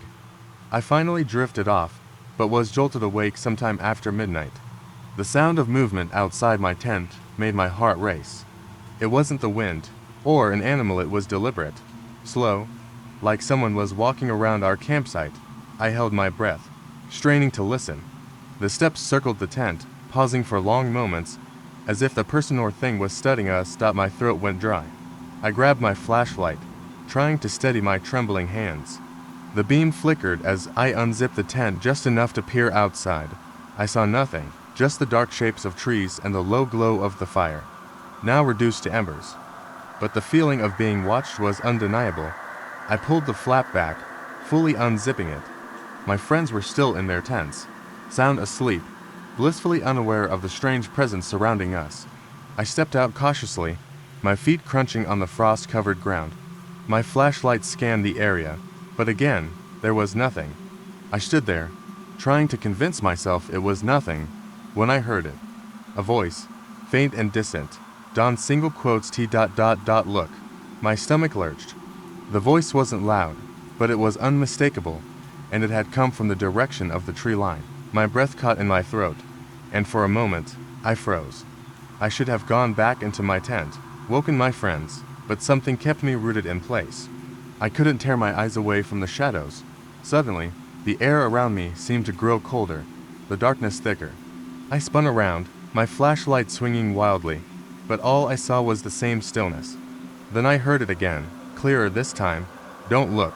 I jerked my head toward the sound, and that's when I saw it. In the space between two trees, something was moving. Something tall, too tall. Standing still and just watching. My heart slammed against my chest.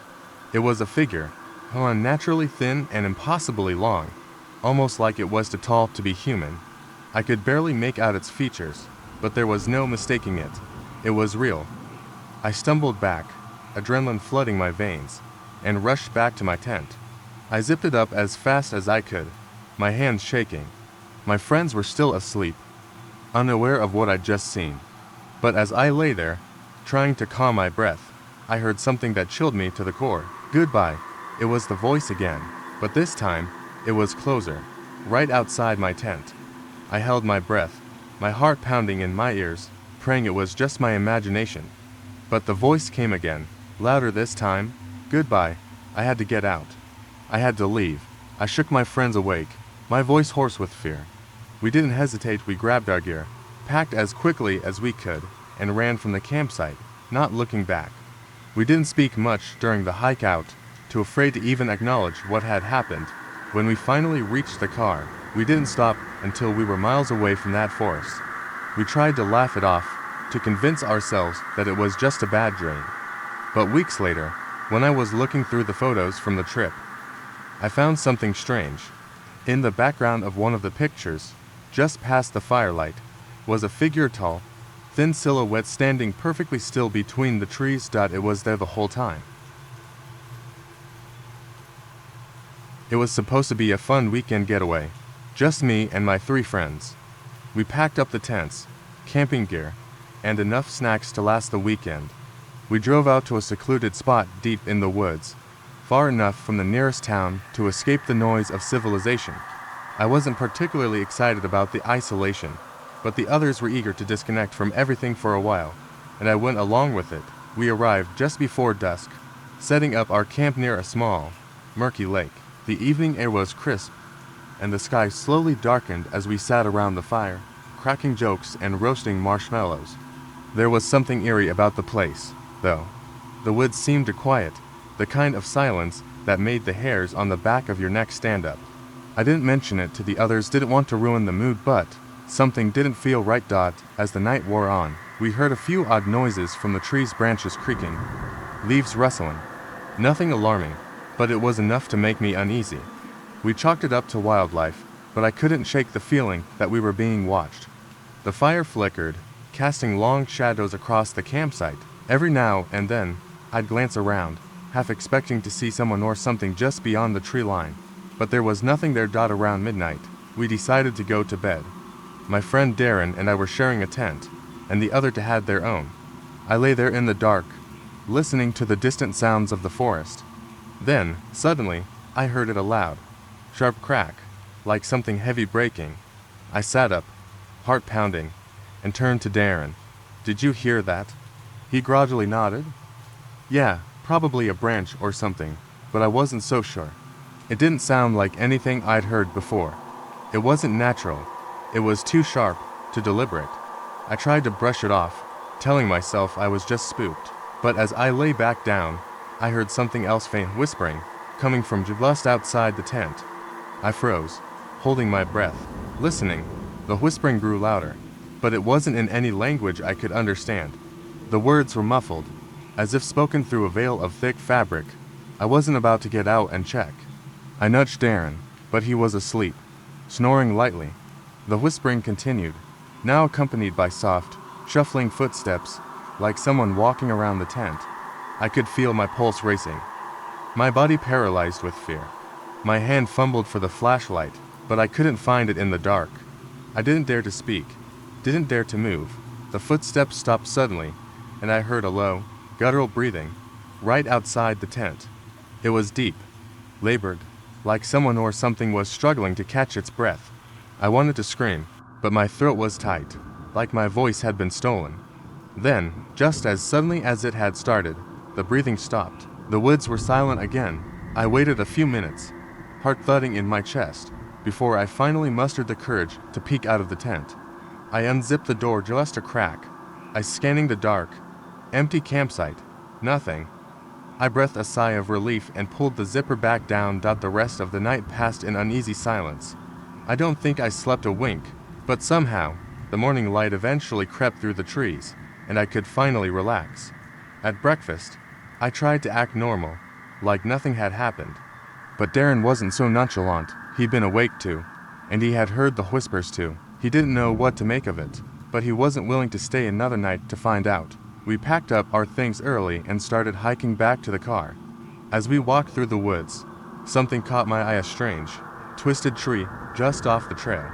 The bark was peeling away in long strips, revealing something underneath, something dark and smooth, almost like stone. As I approached, I saw it more clearly. There were symbols carved into the bark, crude and jagged, as if someone had done it in a hurry. I shivered, feeling the hairs on my neck rise again. We kept walking, trying not to linger too long, but the unsettling feeling wouldn't leave me. Finally, we reached the clearing where we'd parked the car. I was relieved, ready to leave that place behind. But, as we loaded our gear into the trunk, I heard something else, soft tapping, like fingers on glass. I turned, and my stomach dropped. It was coming from the windows of the car, but no one was inside. No one had been inside all morning. I ran over and peered through the window, trying to see through the foggy glass. And there, staring back at me from the other side, was my own reflection, grinning. My mouth was open in a wide, toothy smile, and my eyes were wild, unblinking, but I wasn't smiling. I froze, staring into the glass as my reflection seemed to shift, its grin widening impossibly, and a voice whispered in my ear, "You should have stayed." I've been camping for years, and I've never encountered anything like this. It was supposed to be a weekend getaway, just me and a couple of friends, out in the woods to disconnect. We'd set up camp early in the afternoon. Our spot was isolated, the kind of place where you can hear every rustle in the trees, the chirp of crickets, the crackling of the campfire. The perfect place for a peaceful night away from the world. It started out like any other camping trip. We cooked over the fire, told stupid stories, and laughed about old times. But then, as the fire began to die down and the night deepened, a strange tension settled over the camp. Something was off. The woods had fallen unnervingly silent. Even the crickets stopped chirping. The only sound was the occasional crackle from the fire. I tried to shake off the growing unease.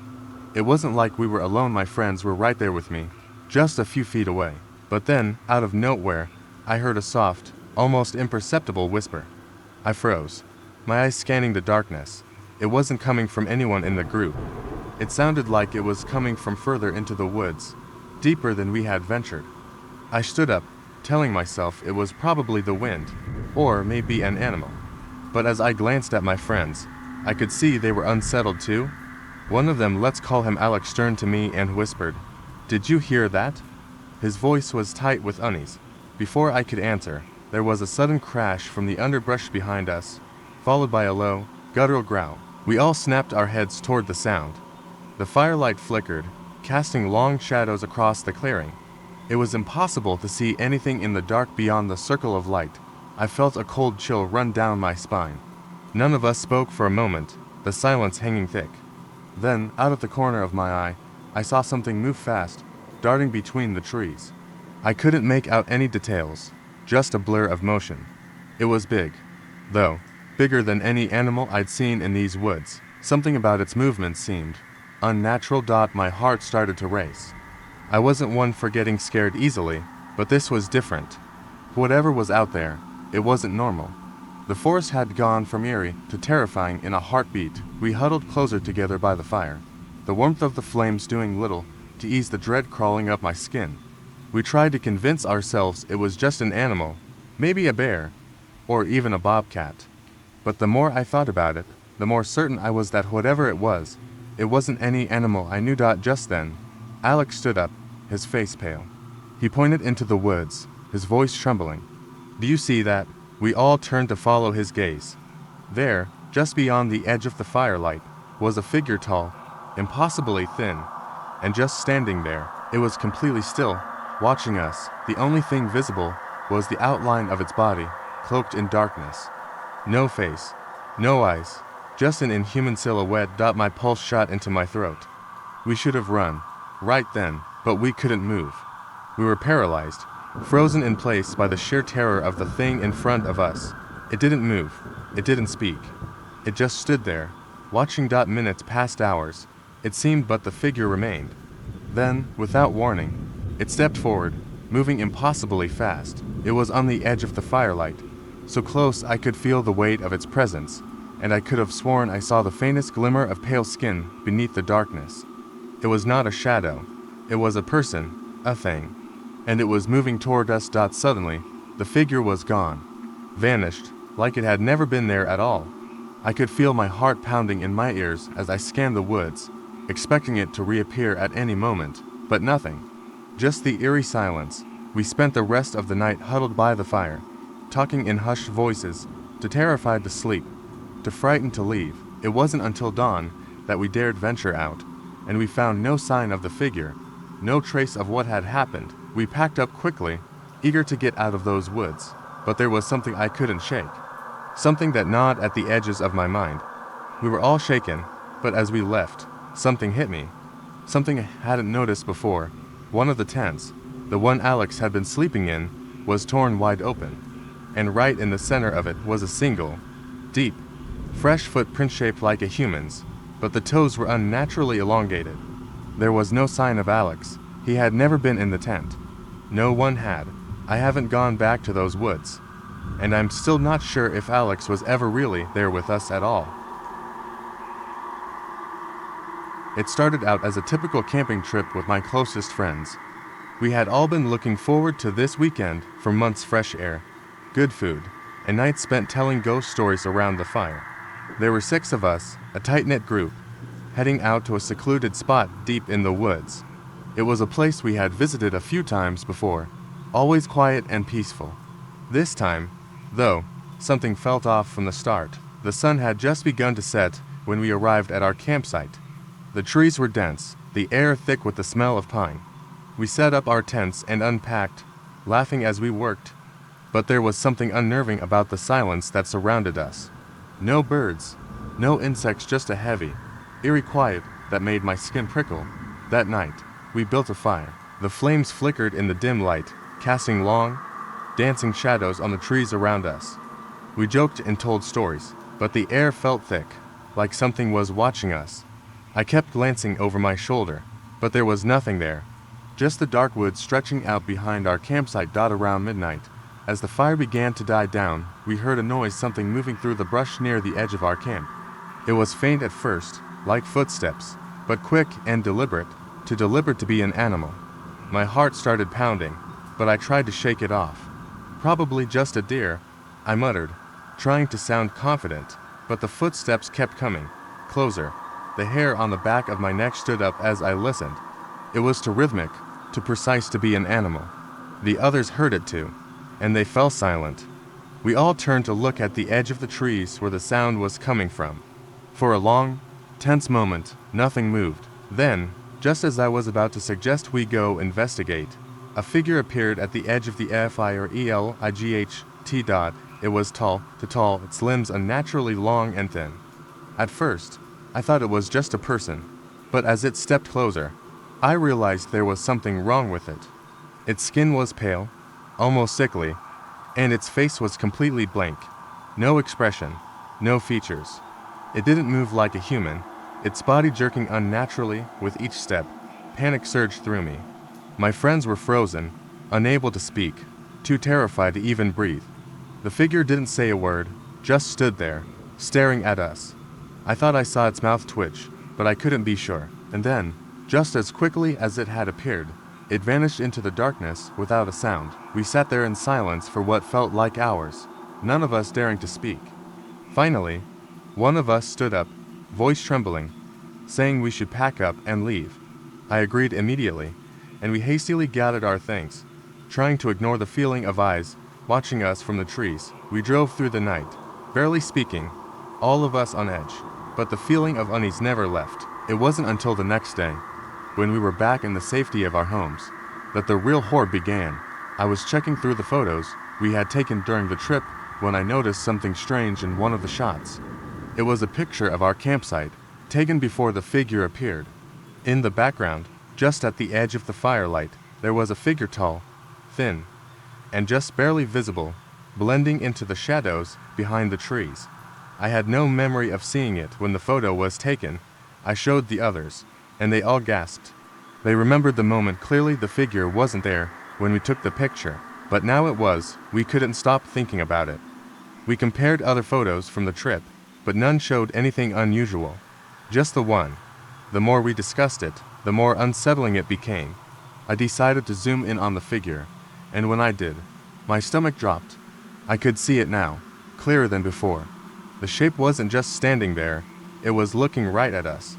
Its eyes were dark, empty holes, like someone had carved them out. That's when I realized the most terrifying thing of all. The figure we saw by the fire wasn't the same as the one in the photo. The one we had seen in the photo had been standing there the entire time watching us. The one by the fire had never moved. It was never real. We hadn't been looking at a person at all. We had been looking at a reflection of ourselves, and that figure was still out there. It was supposed to be a typical weekend getaway, just a small group of us venturing into the woods for a peaceful hike. We were far from the usual trails, deep into an area that was barely touched by anyone, with dense trees and the kind of silence that felt unnatural. We set up camp near an old, forgotten trail, with nothing but a few old maps to guide us. The sun dipped low as we built our fire, its flickering light casting long shadows across the clearing. We didn't know it then, but that night would change everything. By the time we finished dinner, the sky was completely dark. The fire crackled, and we sat around it, sharing stories, laughing, and enjoying the isolation. As the night wore on, the woods seemed to grow quieter, heavier. The usual night sounds, crickets, rustling leaves, had stopped. All that remained was the sound of our voices, which now seemed too loud against the oppressive silence. At one point, I stepped away from the fire to relieve myself. The forest was so dark that even with the flashlight, the trees seemed to swallow the light whole. As I made my way through the brush, I couldn't shake the feeling that something was off. There was a sense of being watched, but I told myself it was just the isolation. When I finished and turned back toward the camp, I heard a noise. It was a soft scraping, like something dragging along the ground. My heart skipped. I shone my light around, but saw nothing. Still, I couldn't shake the unease creeping up my spine. I quickly made my way back to the fire. When I returned, everyone was still talking, but there was a noticeable tension in the air. The laughter had stopped, and everyone seemed to be glancing nervously toward the woods. I brushed it off, thinking it was just the dark messing with our minds. But then we heard it, a rustling, deeper in the woods than any animal could have made. It wasn't a squirrel or a deer, this was something far heavier, something that wasn't moving in the usual way. My stomach tightened as we all turned toward the sound, eyes wide. Probably just a bear, one of my friends said, but his voice was shaky. We waited, frozen, nothing. I tried to convince myself it was an animal, but deep down I knew it wasn't. The air felt colder suddenly, and my breath fogged in front of me. The noise stopped, and everything went dead quiet again. Then came the voice. It wasn't a growl or a screech, but a soft, guttural whisper. It came from somewhere behind me, low enough to be barely audible. Leave. My blood ran cold. The others hadn't heard it. They were still looking at the trees, trying to figure out what had made the noise. I felt a cold hand wrap around my spine. Without thinking, I grabbed my flashlight and turned to shine it in the direction of the voice, and I saw it, a figure, barely discernible in the shadows. It was tall and unnaturally still. My heart pounded in my chest as I froze, unable to move. I could see nothing but the silhouette, but the feeling it gave off was suffocating. It was staring right at me, its face hidden in the dark. I didn't know what to do. The others were still oblivious, talking amongst themselves, but I couldn't tear my eyes away. The figure didn't move, didn't make a sound. It was just there, watching. I backed up slowly, moving toward the fire. It wasn't until I had nearly reached the circle of light that it disappeared, slipping back into the woods like smoke. My breath came in shallow gasps, and I couldn't shake the feeling that something had been very wrong. The rest of the night was a blur. We sat around the fire in silence, no one daring to speak about what had happened. I didn't want to mention what I saw, afraid I'd sound crazy. But the unease lingered, and as the fire burned low, we decided to go to sleep. Though no one slept well, the next morning, we packed up quickly, eager to leave. As we broke down camp, one of my friends stumbled upon something strange, a large, twisted piece of bark. It was fresh, not from the forest around us. But what made it worse was the carving. It was the same symbol we'd seen the night before. A figure, tall, watching. We left immediately after that. No one spoke of it again. But, as we drove away, I looked in the rearview mirror and saw something that made my blood run cold. Standing by the edge of the woods, barely visible in the trees, was the figure, watching. We all saw it this time. And that was when I realized it wasn't something that had been in the woods at all. It had followed us back. It was supposed to be a simple weekend camping trip, just me and my friends. We had all done it before, hiking into the woods and setting up camp for a night of storytelling, laughs, and maybe a few beers. But this time something felt different, like the air was thick with unease. We didn't know it yet, but our plans were about to change, and none of us would ever forget the night that followed. We arrived at the campgrounds just before dusk, and the sun was dipping behind the trees. The forest was dense, the kind of place where the shadows stretched long and the wind whispered through the branches. After unpacking and setting up the tents, we gathered around the campfire. Everything felt normal at first: the smell of roasting marshmallows, the crackling of the fire, the familiar banter between friends. But, as the night wore on, things started to shift. Around midnight, as we were telling ghost stories, we heard something strange. A twig snapped in the distance, followed by the unmistakable sound of footsteps on the dry leaves. It wasn't just one set of footsteps though, it sounded like two, maybe three. We all froze, straining to listen, but the forest was eerily silent again. At first, we joked about it, suggesting it was just a deer or some other animal. But I couldn't shake the feeling that something was watching us. We brushed it off and continued our conversation. but I couldn't ignore the creeping sensation in the back of my mind. The footsteps didn't stop. They just kept lingering, always out of reach. Around 2 a.m., we decided to go to bed. As we lay there in the dark, trying to get comfortable in the tents, I heard the rustling again. It wasn't far from us now, and the sound seemed almost deliberate, like someone was walking slowly, circling the camp. I lay still, listening, my heart pounding in my chest. Suddenly, the sound stopped. I held my breath, waiting, but nothing came. I told myself it was just an animal, maybe a raccoon or something. I tried to sleep, but the uneasy feeling wouldn't go away. Then, there was a loud crash from the edge of the campsite, followed by a low growl. I shot up, my heart racing, my body drenched in sweat. We all scrambled out of our tents, panic setting in. We gathered by the fire, looking around nervously.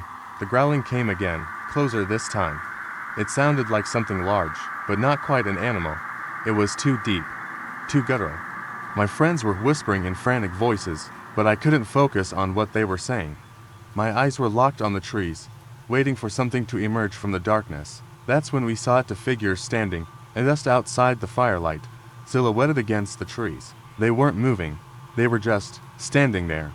At first, I thought they were other campers, but they didn't look right. Their shapes were off, too tall, their limbs unnaturally long. One of them tilted its head slowly toward us, and I could feel the cold seeping into my bones. A shiver ran down my spine as I realized they weren't human. They were something else. I felt the hairs on the back of my neck stand up as the growling started again, louder now, almost like a warning. My friends were whispering urgently to each other, but I couldn't tear my eyes away from those figures. They didn't move closer, but they didn't leave either. They just waited. We had no idea what to do. We weren't even sure if we should run or stay still. But then, just as quickly as they had appeared, the figures vanished into the trees. We stood there, frozen, unsure if we were safe. The night seemed impossibly quiet, too quiet. I thought maybe it was over, that it had been a trick of the light, but I knew deep down that wasn't true. Something had been there with us, something we couldn't understand. We huddled together by the fire, our nerves shot, until morning came. The sun slowly crept over the horizon, dispelling the darkness and the terror we had felt.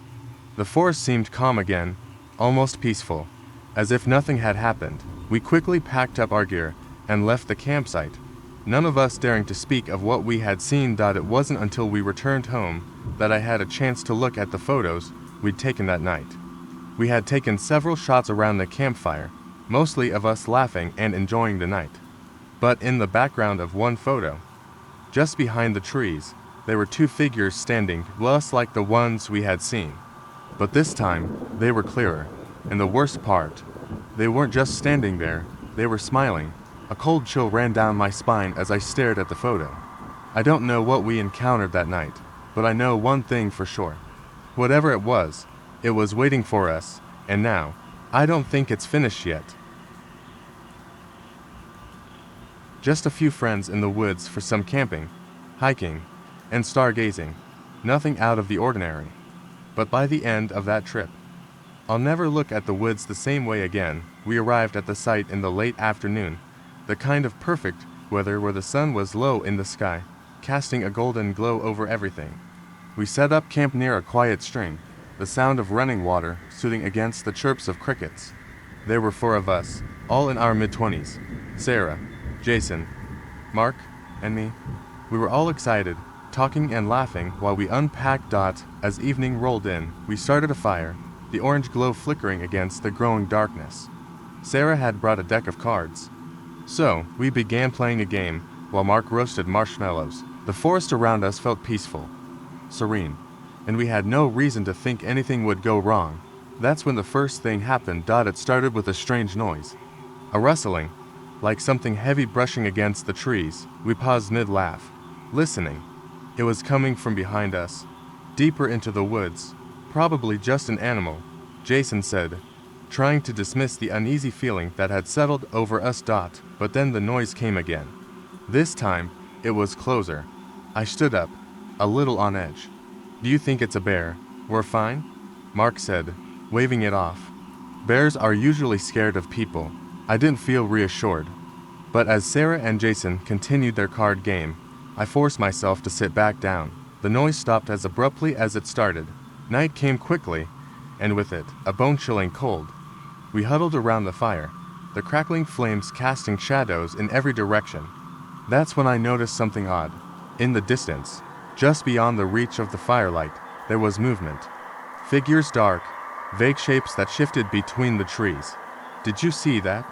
I whispered, my breath catching in my throat. Sarah didn't even look up. "Probably deer," she said dismissively. I wanted to believe her, but I couldn't shake the feeling that we were being watched. My eyes kept darting to the shadows, expecting to see something or someone moving just out of view. At some point, we all went to bed, our tents pitched just far enough apart that we had privacy, but still close enough to hear each other. The wind picked up in the night, whistling through the trees, making every creak and groan of the forest feel like something was creeping closer. I couldn't sleep. Around 2 a.m., I heard it again, that rustling sound. This time, it was unmistakable, the heavy movement of something large and deliberate. I lay in my sleeping bag, staring at the fabric of the tent above me. The sound grew louder, closer, until it seemed right outside. My heart pounded, but I forced myself to stay still. Suddenly, there was a sharp scratching at the side of my tent. My breath caught in my throat. It was deliberate, slow, like something with claws was testing the fabric. I wanted to scream, to yell for my friends, but I couldn't. I didn't dare move.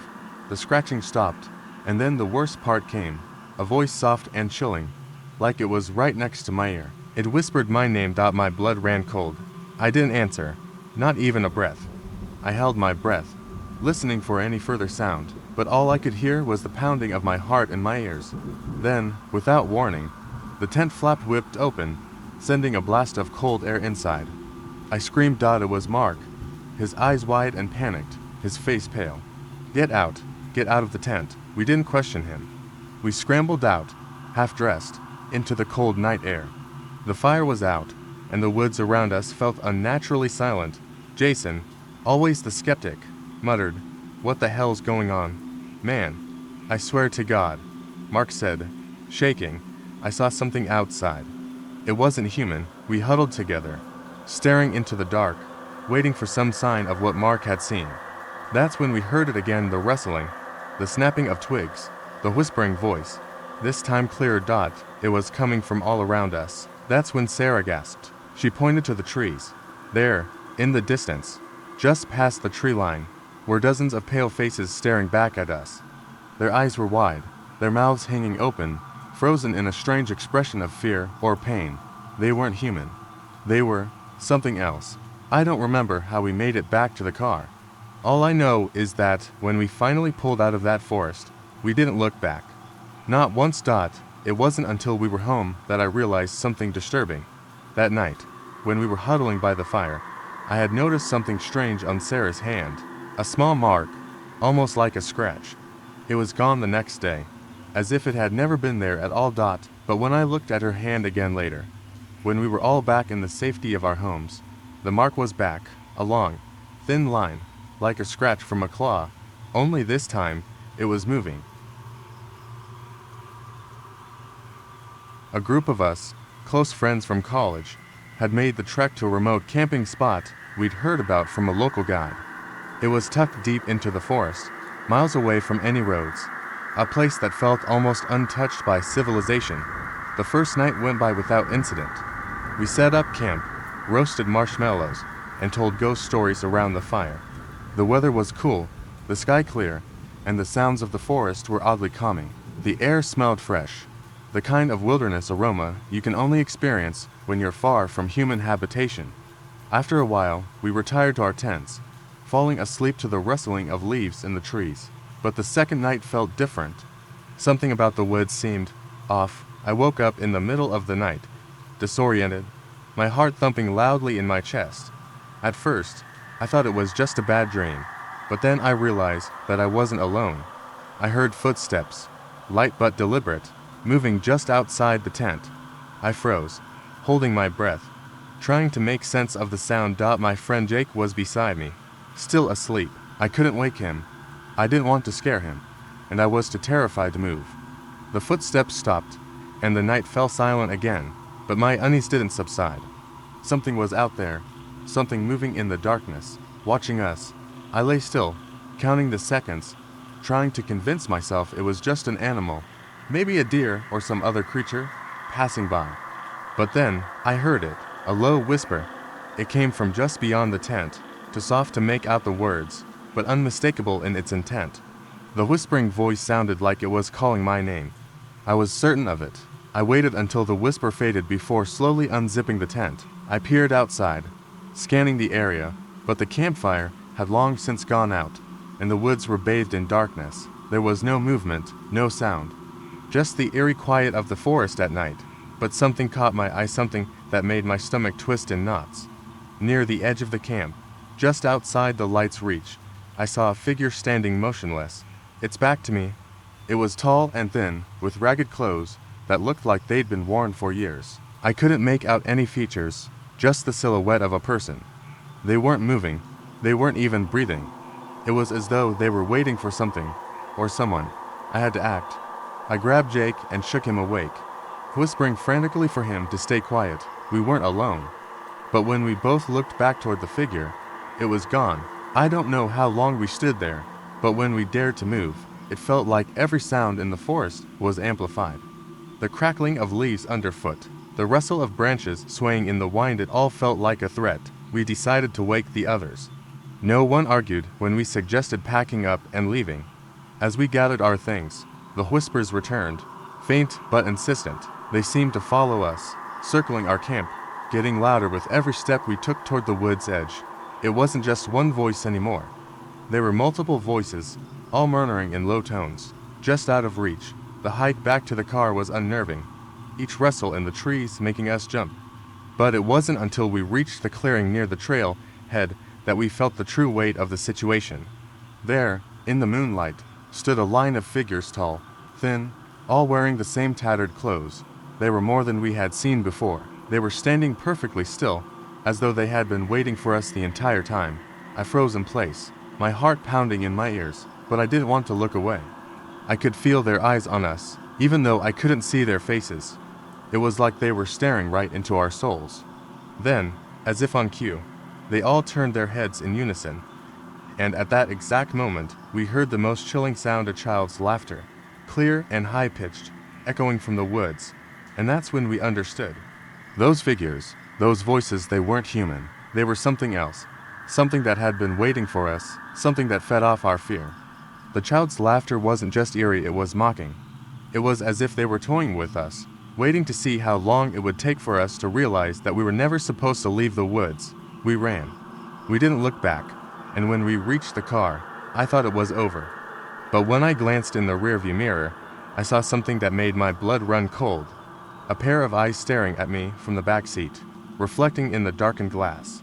They were the eyes of a child. That was the last time I ever set foot in those woods. And I know now that some things are better left unexplored, because in those forests, the trees aren't the only thing that watches you. It was the summer of my sophomore year in college when my friends and I decided to go camping in a remote area of the national park. The thrill of the outdoors always excited us, and we wanted a break from our studies.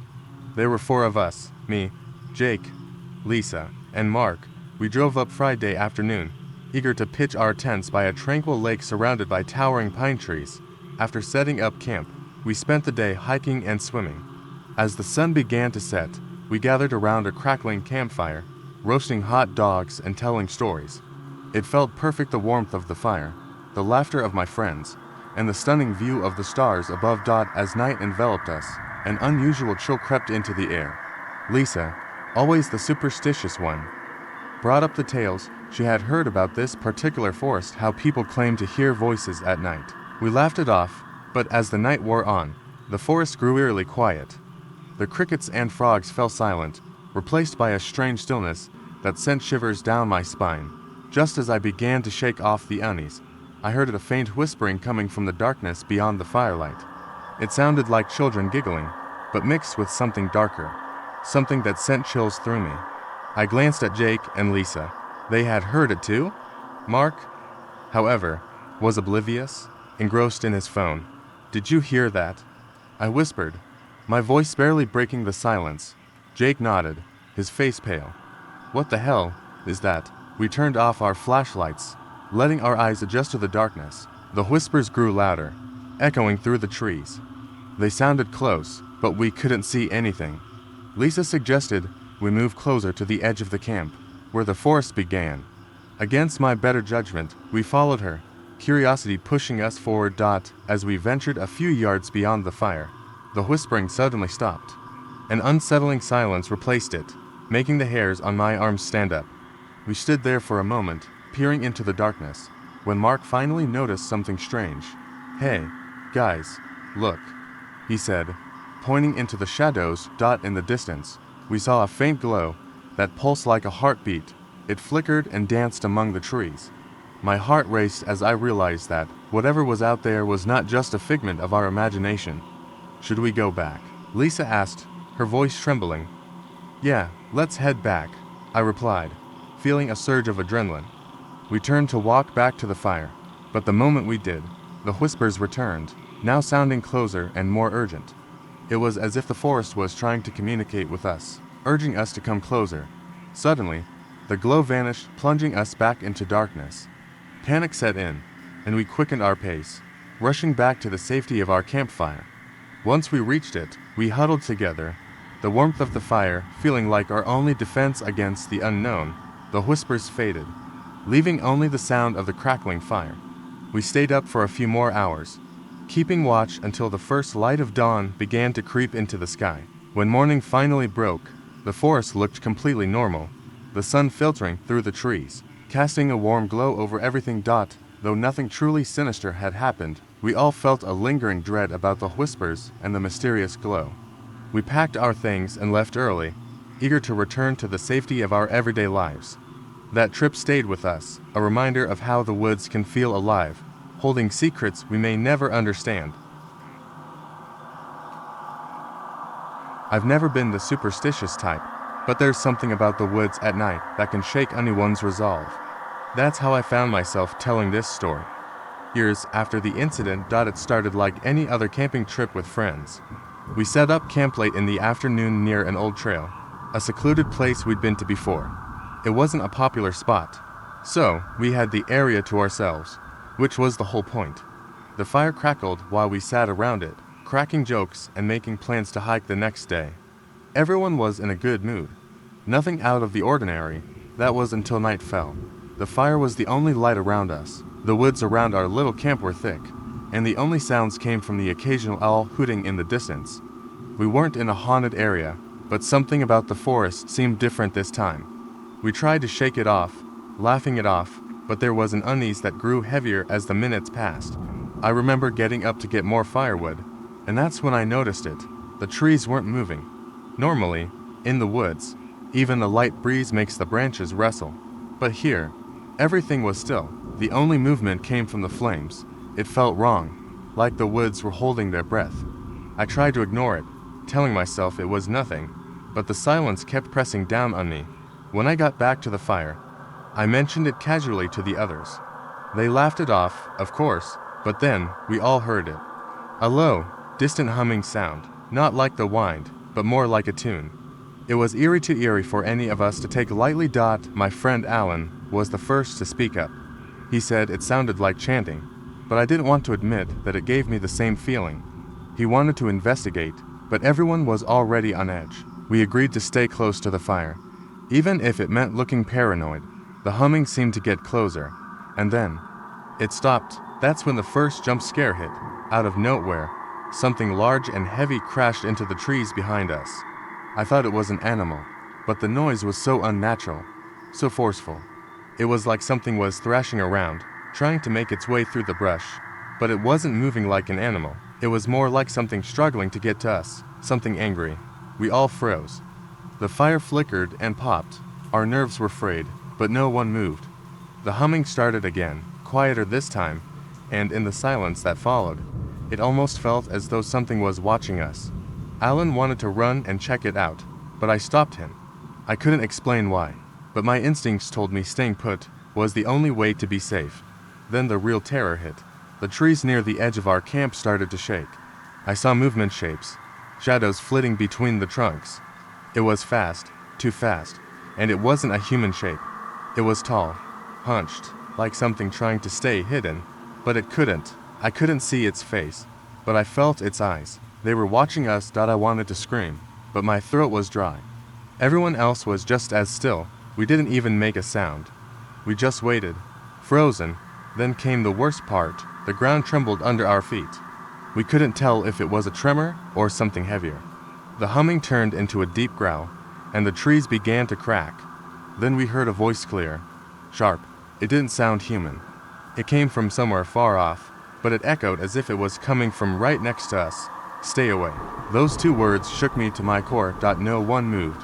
We were stuck, glued to the spot. I can't even remember how long we stayed there, but it felt like hours. The shadows started to fade. The trembling stopped, and the eerie humming turned back into silence. Then, just as we thought it was over, we heard a different sound. This time, it was close. Something was walking around our camp, slow and deliberate. I could hear footsteps, to heavy, to slow. My heart hammered in my chest, and my breath came in sharp gasps. I thought it was something real, something we couldn't escape. But when I turned to Alan, I saw the fear in his eyes. I knew we weren't alone, but this wasn't what we thought. The footsteps didn't stop. Then, out of nowhere, the fire blinked out, and the world went pitch black. We were completely surrounded, but we still couldn't move. My hands shook, and I heard breathing too close. When the light came back, we saw something on the ground. A small, old-fashioned lantern sat in the dirt. It wasn't ours. We never found out who or what had left it there. The chanting faded. The trees resumed their normal stillness. But from that moment on, we didn't speak of what had happened, except in whispers. And if you ever find yourself camping alone, listen carefully. The forest has its own way of communicating. I can't explain it, but I know that voice was a warning. I have always loved the solitude of the deep woods. As a park ranger, I spent my days monitoring trails, maintaining campsites, and ensuring that everyone enjoyed their time in nature safely. One chilly autumn evening, I was assigned the last shift of the season, just as the leaves were starting to fall and the air turned crisp. Little did I know that this night would change my perspective on the forest forever. As the sun dipped below the horizon, I set out on my usual patrol. The trees towered over me, their skeletal branches swaying in the wind. I could hear the crunch of leaves beneath my boots, a sound that usually brought me comfort, but tonight it felt ominous. I had always been aware of the stories the locals spoke of strange happenings in these woods, whispers of creatures lurking just beyond the trees. I never paid them much mind, chalking it up to urban legends meant to scare children. About an hour into my shift, I noticed something unusual. Off the main trail, a flickering light danced through the trees. My curiosity piqued. I cautiously approached, thinking it might be a group of campers in need of help. As I got closer, the light vanished, swallowed by the darkness. A shiver ran down my spine. I called out, but my voice felt swallowed by the night. As I turned back to the path, I heard a soft rustling sound, like someone moving through the underbrush. I glanced over my shoulder, but the forest was still. I tried to shake it off, convincing myself it was just a deer or maybe the wind playing tricks. However, the feeling of being watched pressed heavily on my chest. I continued my patrol, but the unease lingered. As I approached the campsite where a family was staying, I noticed their tent was zipped shut, and the campfire was still burning, casting flickering shadows. I called out to them, but there was no response. I stepped closer, peering inside the tent, and saw it empty, with no sign of the family. My heart raced. Where could they have gone? Just then, a loud crash echoed through the trees, followed by a chilling scream. The sound came from deeper in the woods, sending my adrenaline into overdrive. I sprinted towards the source, fear gripping my heart. Each step felt heavier, and the darkness seemed to stretch out before me. Waiting. As I reached a small clearing, I stumbled upon something terrifying. The ground was torn up, as if a massive animal had been digging frantically. The scream had stopped, replaced by an eerie silence. I scanned the area with my flashlight, my beam cutting through the darkness, revealing twisted branches and the scattered remnants of what looked like a picnic, broken plates, an overturned cooler. Then I saw a shadow moving between the trees. My heart raced as I called out again, this time louder. The shadow paused, and for a moment, I thought I saw a face, pale and twisted, staring back at me. It vanished before I could process what I had seen. The hair on the back of my neck stood up as I turned to flee back towards the trail. In my panic, I tripped over a root and fell to the ground. As I scrambled to my feet, I heard a low growl emanating from the darkness. It sounded closer now. My instincts kicked in, and I ran, branches scratching at my arms as I pushed through the underbrush. I had to get back to my truck, back to safety. Finally, I burst out onto the main path, my breath coming in ragged gasps. I turned back, scanning the shadows. Nothing followed. I reached my truck, fumbling for the keys as the growl echoed in my mind. Just as I was about to start the engine, I noticed something out of the corner of my eye. The family I had thought was missing stood just outside the tree line. They appeared disheveled, eyes wide with terror, but unharmed. I leapt out, relieved they were safe. As I approached, I noticed something behind them. The twisted figure I had seen earlier was standing silently, its grotesque form illuminated by the headlights of my truck. But instead of lunging at us, it simply stood there, watching. The family had been lost, but had found their way back when they heard the scream, which was not their own, but rather a warning to escape. The creature, whatever it was, had been trying to protect them from something far worse lurking deeper in the woods. We stood together in shock, realizing that sometimes the real monsters are the unseen forces that drive fear into our hearts. With the morning light creeping in, we hurried out of the woods, grateful to have survived the night, but forever haunted by what we had encountered in the shadows.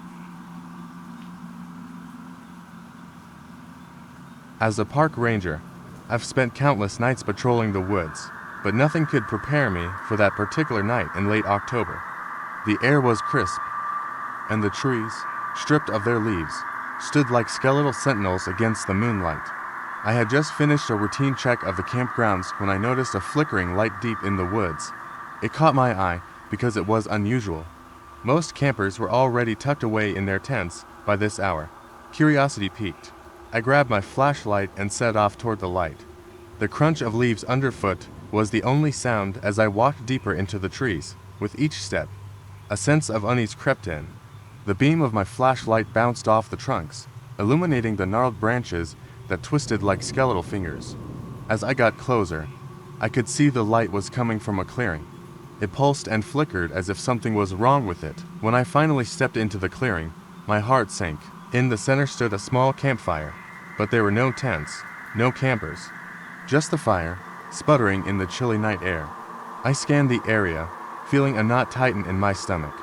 It was too quiet, no crickets, no rustling leaves, just the fire crackling, and an overwhelming sense of dread enveloping me. Then I saw a figure darting between the trees at the edge of the clearing. My breath hitched in my throat. I called out, but my voice was swallowed by the darkness. The figure moved too fast, too erratically to be human. I squinted, trying to get a better look, but it vanished before I could catch a glimpse. Deciding to investigate further, I edged toward the fire. The flickering light illuminated something unusual at the edge of the flames, a backpack. I knelt down to inspect it, and as I reached for the zipper, I heard a low growl behind me. My heart raced as I whipped around, flashlight raised. The beam landed on the same figure from before, now standing just outside the light.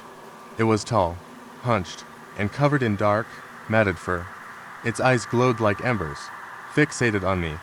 I stumbled back, my instincts screaming for me to run. The growl intensified, and in a panic, I bolted back toward the trail. I could hear it following me, its breath ragged and heavy as it closed the distance. I didn't look back, focusing only on the path ahead, the beam of my flashlight slicing through the darkness. Just as I thought I might be free, I tripped over a root and fell hard to the ground. Pain shot through my knee as I scrambled to my feet.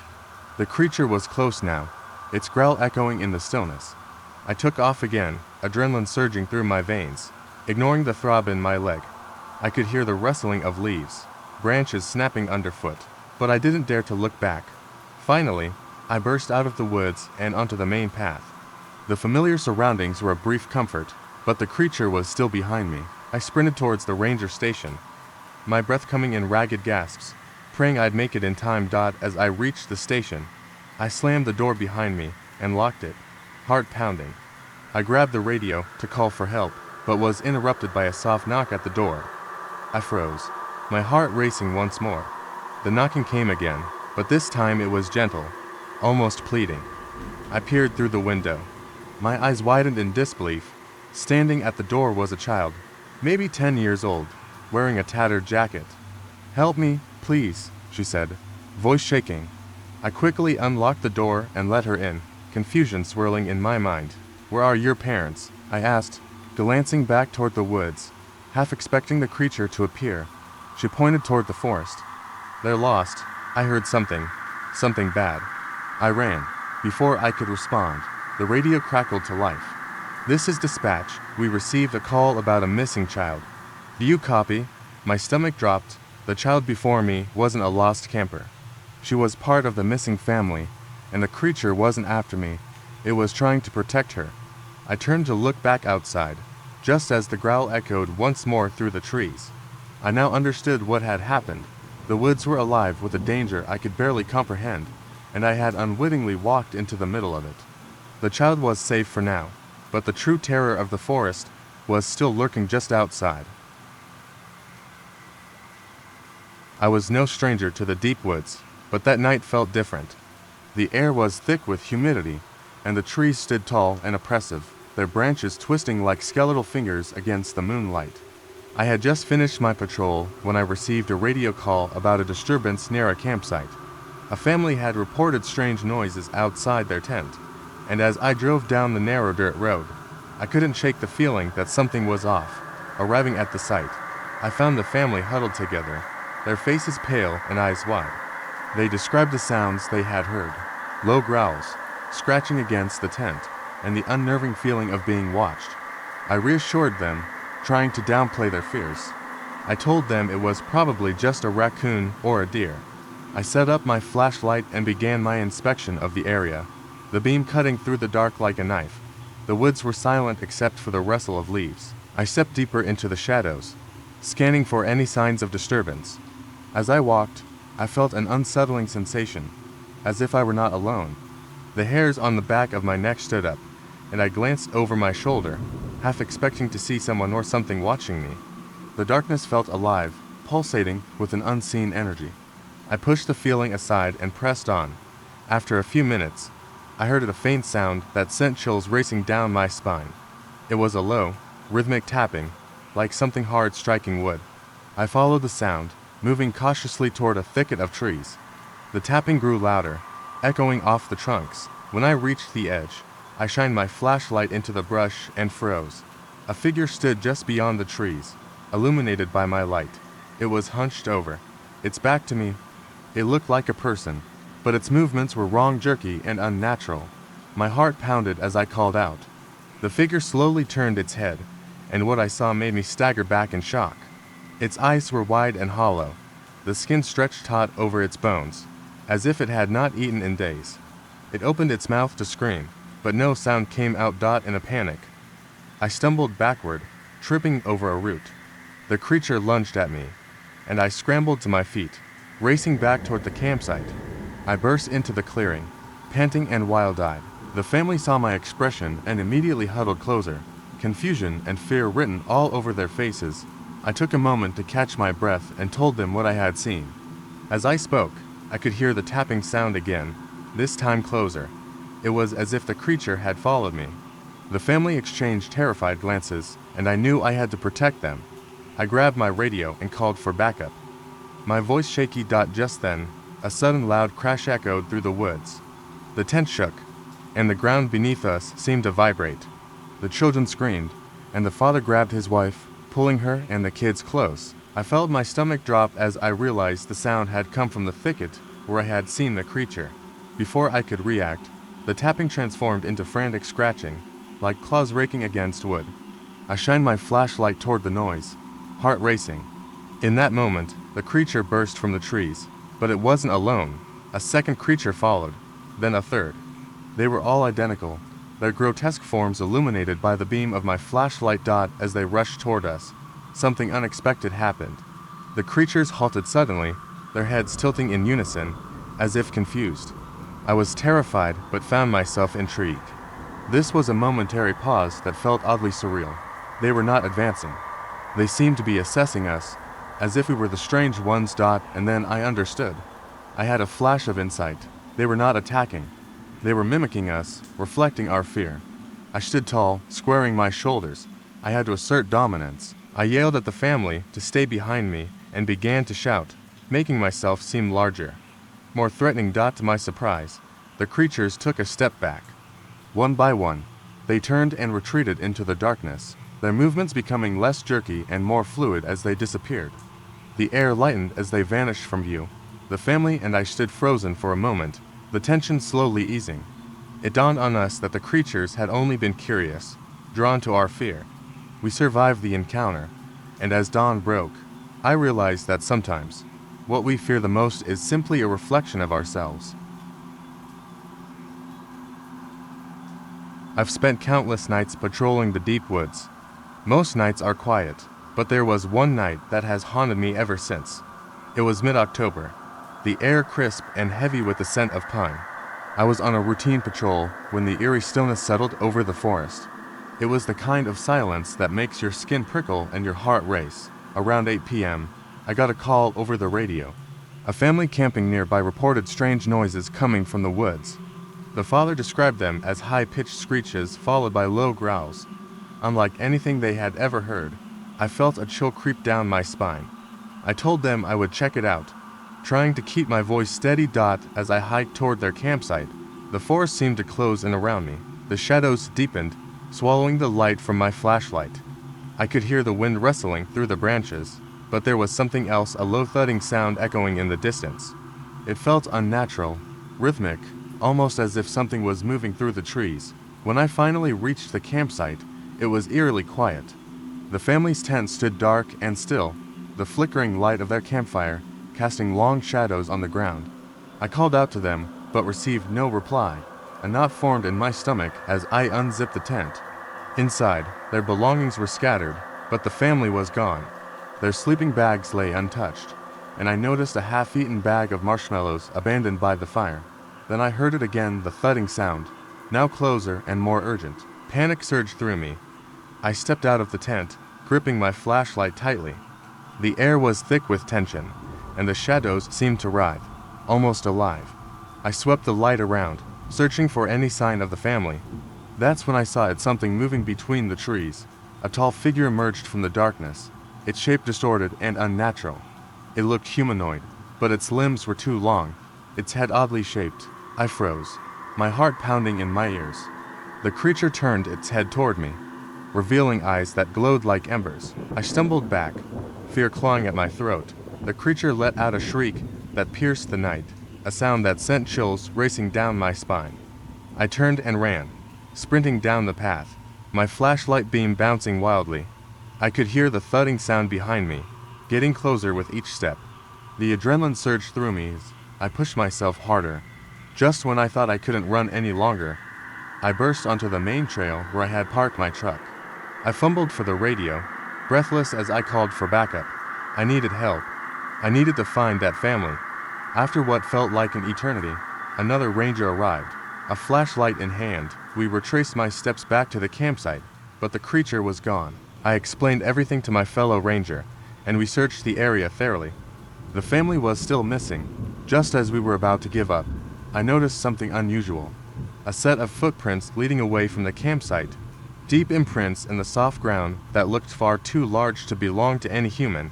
I followed the prints, my heart racing again. They led deeper into the woods, away from the main trails. The moonlight barely penetrated the thick canopy above us. After several minutes of walking, we found ourselves in a small clearing. In the center stood a massive tree, with its trunk gnarled and twisted, and at the base of that tree lay the family's belongings: hiking boots, a backpack, and even a stuffed animal. But there was no sign of them. As we stood there, trying to make sense of it all, I heard a soft whimper. I turned to see the ranger beside me, his face pale and ashen. Then it happened. The ground beneath us shifted, and the massive tree creaked ominously. I stumbled back as I realized the truth. The tree wasn't just a tree. It was a trap, a living thing, The roots twisted and curled, reaching out like fingers, searching for more. Suddenly, the tree shuddered violently, and I was knocked to the ground. The ranger shouted, but the sound was drowned out by a deafening roar that shook the earth. I scrambled to my feet and ran, never looking back. The next morning, the search teams found the family unharmed, wandering near the edge of the woods, unaware of what had transpired. They insisted they had only gone for a short walk and had become disoriented in the darkness. The ranger and I tried to explain, but no one believed us. They had returned unscathed, but I knew what lurked beneath the surface of those woods. The forest was alive, and it was hungry. It was supposed to be a fun weekend camping trip with friends, a chance to disconnect from the world and reconnect with nature. We drove deep into the woods, far from any civilization, surrounded by towering trees and the chirping of crickets. The sun hung low in the sky as we set up our tents, laughing and joking as we prepared for a night under the stars. As darkness fell, we gathered around the campfire, roasting marshmallows and sharing ghost stories. The air was thick with the smell of smoke and pine, and our laughter echoed in the stillness of the forest. As the fire crackled, Yena, always the adventurous one, suggested we take a night hike to explore the area. We hesitated for a moment, glancing at the dense blackness beyond our campfire's glow, but her enthusiasm was infectious. With flashlights in hand, we set off into the woods. The deeper we ventured, the more the atmosphere shifted. The playful sounds of our camp faded, replaced by an eerie silence that seemed to absorb even our whispers. I could feel the chill in the air, a shiver creeping up my spine, but I brushed it off as excitement. Yena led the way, her flashlight beam darting across the trees, illuminating the twisted roots and gnarled branches. The darkness felt alive, watching us as we walked. Suddenly, I heard a faint sound, a strange rustling in the underbrush behind us. I turned, peering into the dark, but saw nothing. The others seemed oblivious, too caught up in their conversation. I hurried to catch up, shaking off the unease. But as we continued deeper into the forest, the rustling returned, louder this time, like something was following us. My heart raced, and I called out to the group, but my voice wavered. They paused, and Yena turned, her face illuminated by the flashlight, concern etched on her features. "What's wrong?" she asked, her voice steady but low. I hesitated, unsure if I should share my paranoia. "I think something's out there," I said, forcing a laugh to mask my fear. Just then, we all heard a loud clank, metal against metal, echoing through the trees. The laughter died in our throats, replaced by a shared glance of dread. Yena shone her flashlight toward the sound, revealing a shadow moving between the trees, but it was gone before we could make out what it was. Panic rose in my chest as the chains rattled again, and we exchanged terrified looks. "Let's go back," Matt said, his voice barely above a whisper. Nods of agreement followed, and we turned, but before we could take a step, the rustling intensified, and a series of lights appeared in the distance, moving slowly toward us. Lanterns bobbed along the forest floor, casting an eerie glow on the trees. I could feel my heart pounding in my ears. We ducked behind a thick bush, pressing against each other in fear. From our hiding place, we watched as figures emerged from the shadows. They were draped in white cloth, their faces obscured by grotesque masks, each carrying a lantern that flickered ominously. My stomach churned as I counted at least 10 of them, marching in eerie synchronization, chains rattling around their ankles. "What the hell are they?" Aaron muttered, eyes wide. I had no answer, but a chilling fear coursed through me. The figures continued past us, their footsteps muffled by the underbrush, the light from their lanterns flickering ominously. We held our breath, waiting for what felt like an eternity, until they finally vanished into the darkness. Once we were sure they were gone, we scrambled back to camp, adrenaline fueling our movements. As we arrived, our relief turned to horror. Our campsite was ransacked, tents overturned, the fire extinguished, and the food scattered. But it was what lay on the ground that made my blood run cold. In the dirt, words were etched with something sharp. "We know you're here." Screams of panic erupted from my friends as we grabbed what we could, the realization of our vulnerability sinking in. We bolted to the car, frantically packing our belongings, hearts racing with terror. But just as we were about to leave, Yena screamed again, pointing into the woods.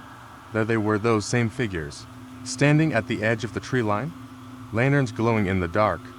I slammed the car door, my breath coming in ragged gasps. We drove away, leaving the horrors behind, but as we passed the edge of the forest, I caught a glimpse of one of the figures standing among the trees, its mask staring blankly at us, lantern held high, as if to say we were never truly alone. Even now, I can't shake the feeling that those masked figures are still out there, waiting in the dark. I prided myself on being familiar with every inch of the woods. It was early October when I was assigned to a remote camping area, known for its beautiful fall foliage. The leaves were bursting with color, and the air was crisp. I looked forward to a quiet night under the stars. I set up my tent near the edge of a clearing, a safe distance from the campsite where a family had pitched their tent. They were friendly, two parents with two kids, eager to explore the woods. As night fell, the crackling fire provided a warm glow. I exchanged stories with them while they roasted marshmallows. When the kids were finally asleep, I said goodnight and retreated to my tent, hoping for a peaceful evening. The tranquility of the woods quickly turned unsettling. I heard strange noises drifting through the trees. A low rustling at first, then the sound of something heavy moving through the underbrush. I told myself it was just the wind or perhaps a deer, but the air felt charged with tension. I peered out of my tent, flashlight in hand, scanning the darkness. The trees loomed like sentinels, their branches twisting into grotesque shapes. A sudden snap of a branch jolted me upright. My heart raced. I was certain something was watching me. I crawled out of my tent, trying to quiet my breathing. Listening intently, that's when I heard it. A faint whimpering, almost childlike, coming from the direction of the family's tent. I called out to them, but there was no response. The whimpering grew louder, echoing through the trees. Compelled by a mix of concern and fear, I cautiously approached their tent. It was unzipped slightly, and I pushed it open, ready to check on the family. The inside was empty, the sleeping bag still warm. Confused, I turned back toward my tent, but as I did, the whimpering stopped. Silence enveloped the woods, thick and suffocating. My instincts screamed at me to leave, but curiosity held me in place. Suddenly, I heard a laugh, a high-pitched, gleeful sound that sent chills down my spine. It echoed through the trees, followed by more laughter.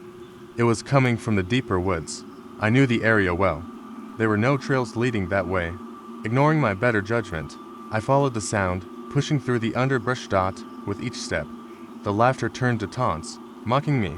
"Come play with us," they seemed to say. I stumbled, catching my foot on a root, and I fell hard onto the ground. As I got up, I heard footsteps behind me, soft but deliberate. My heart raced as I turned to face whatever was pursuing me. What I saw made my blood run cold. Standing there were two children, their clothes tattered and dirty, faces pale and expressionless. They stared at me with hollow eyes, not a hint of a smile. My breath caught in my throat. They didn't belong here. I felt a surge of panic, my instincts screaming at me to run. Just as I turned to flee, a figure darted past the trees, tall and dark, its form indistinguishable. I sprinted back toward the campsite, my heart pounding in my ears. Reaching my tent, I flung myself inside and zipped it up, my hands trembling. I fumbled for my radio, calling for backup. There was no response. I could only hear my own ragged breathing and the pounding of my heart. Just when I thought I was safe, I heard the soft laughter again, right outside my tent. "Come play with us," the voice sang, sweet yet sinister. I held my breath, clutching my flashlight, every fiber of my being urging me to stay quiet. The laughter stopped abruptly, replaced by the sound of something scraping against the tent. I braced myself for the worst. Suddenly, the tent shook violently. I gasped, and the laughter returned, louder and more manic. "We're here," it echoed. I squeezed my eyes shut, counting the seconds until morning, praying for dawn to break. When the sun finally rose, the light spilled into my tent, illuminating the scene outside. I unzipped the entrance slowly, half expecting the dark figure or the children to be waiting. Instead, I found the campsite abandoned. The family's tent lay empty, but what caught my eye was the ground, marked with deep, claw-like scratches leading into the woods. As I stepped outside, I noticed something on the ground. A child's teddy bear lay there, its button eye missing. My heart sank. I turned to look back at the woods, now peaceful and serene. but I couldn't shake the feeling that something terrible had happened. I quickly packed my things, determined to report what I had encountered. As I made my way back to my truck, I glanced back one last time at the woods, and for a brief moment, I could have sworn I saw the shadows of two children peering out from the trees, their laughter echoing in the wind. I was working the night shift as a park ranger, a job I had loved since I began. It was late October, and the forest had a magical quality about it, with the leaves turning vibrant shades of red and gold. That night, the air was thick with an unsettling stillness. I had just finished checking the trails and was preparing to return to the ranger station when the radio crackled to life. A voice emerged, shaky and frightened. It was a family camping about a mile deep in the woods. They said they heard something outside their tent, something big that had been pacing around for hours. I could hear the panic in the father's voice, urging me to come quickly. I reassured him, telling him it was probably just a bear. I grabbed my flashlight and set off down the winding path, hoping to ease their fears. The moonlight barely penetrated the dense canopy above, casting eerie shadows that danced with the rustling leaves. As I moved deeper into the woods, I felt a chill run down my spine. The sound of my boots crunching on fallen twigs was the only noise accompanying me. I turned on my flashlight, the beam cutting through the darkness, and I called out to the family as I approached their campsite. The tent stood eerily still, the only movement coming from the wind tugging at the flaps. My heart raced as I called out again, but there was no response. The father had promised they would be awake, but it was as if the night had swallowed them whole. I stepped closer and noticed the tent zipper was slightly open. Something was off. I cautiously unzipped the tent and shined my flashlight inside. It was empty. The sleeping bags lay sprawled across the ground, still warm, but there was no sign of the family. Panic surged through me as I stepped back and scanned the area. That's when I heard a low growl emanating from the trees. It was not an animal's growl. It sounded human, guttural and strained. I turned the flashlight toward the sound, heart pounding as I caught a glimpse of something moving behind the trees. A figure, tall and gaunt, emerged from the shadows. It looked like a man, but was far too thin, its limbs elongated and twisted. It didn't walk. It glided toward me, its eyes reflecting the light like two coals burning in the night. I stumbled backward, fear gripping me as it stepped closer. I spun around and bolted back down the path, adrenaline surging through my veins. The growl grew louder, now accompanied by footsteps that echoed behind me. I dashed through the underbrush, branches clawing at my clothes. I dared not look back, focusing instead on the beam of my flashlight slicing through the darkness ahead. As I neared the main trail, I could feel the figure closing in. My heart raced, each beat pounding in my ears. I burst onto the main road, my breath ragged. Just as I thought I was safe, I tripped over a tree root and fell hard onto the dirt, the flashlight skidding away from my grasp. The growl was deafening now, a horrible cacophony of rage and desperation. I scrambled to my feet and reached for the flashlight, but as my fingers closed around the cool metal, I felt a hot breath on my neck. I froze, terror coursing through my body. With a sudden rush of instinct, I turned and swung the flashlight behind me, shining the beam into the face of my pursuer. But it wasn't the terrifying creature I expected. Instead, it was a deer doe with big, frightened eyes. It stood frozen, staring at me, seemingly just as scared as I was. I stood there, bewildered, the growling sound fading into the night. It dawned on me that the family had probably packed up and left in fear. I took a deep breath and gathered my thoughts, glancing around. There were no signs of the creature, just the rustling leaves and the gentle sway of the trees. When I made my way back to the ranger station, I realized that sometimes our minds can conjure the most terrifying monsters. In the stillness of the woods, fear had twisted my perception of reality. The shadows played tricks on me, and the fears of the night had become a tangible monster. Yet, as I sat down at my desk, I couldn't shake the feeling that I was still being watched. Something lurked beyond the trees, just out of sight, reminding me that the dark holds more than just the fear of what we see. It also contains the shadows of our imagination. I had been working as a park ranger for a couple of years when I received a call one late autumn evening. The park was known for its picturesque landscapes and quiet trails, especially in the fall, when the leaves transformed into vibrant hues of orange and red. As the sun dipped behind the mountains, I was on my regular patrol. I checked in with the ranger station and then turned my truck onto a secluded road, ready to survey the farthest reaches of the park. The radio crackled with the sound of frantic voices. A family of campers had set up near a remote lake and reported strange noises surrounding their campsite.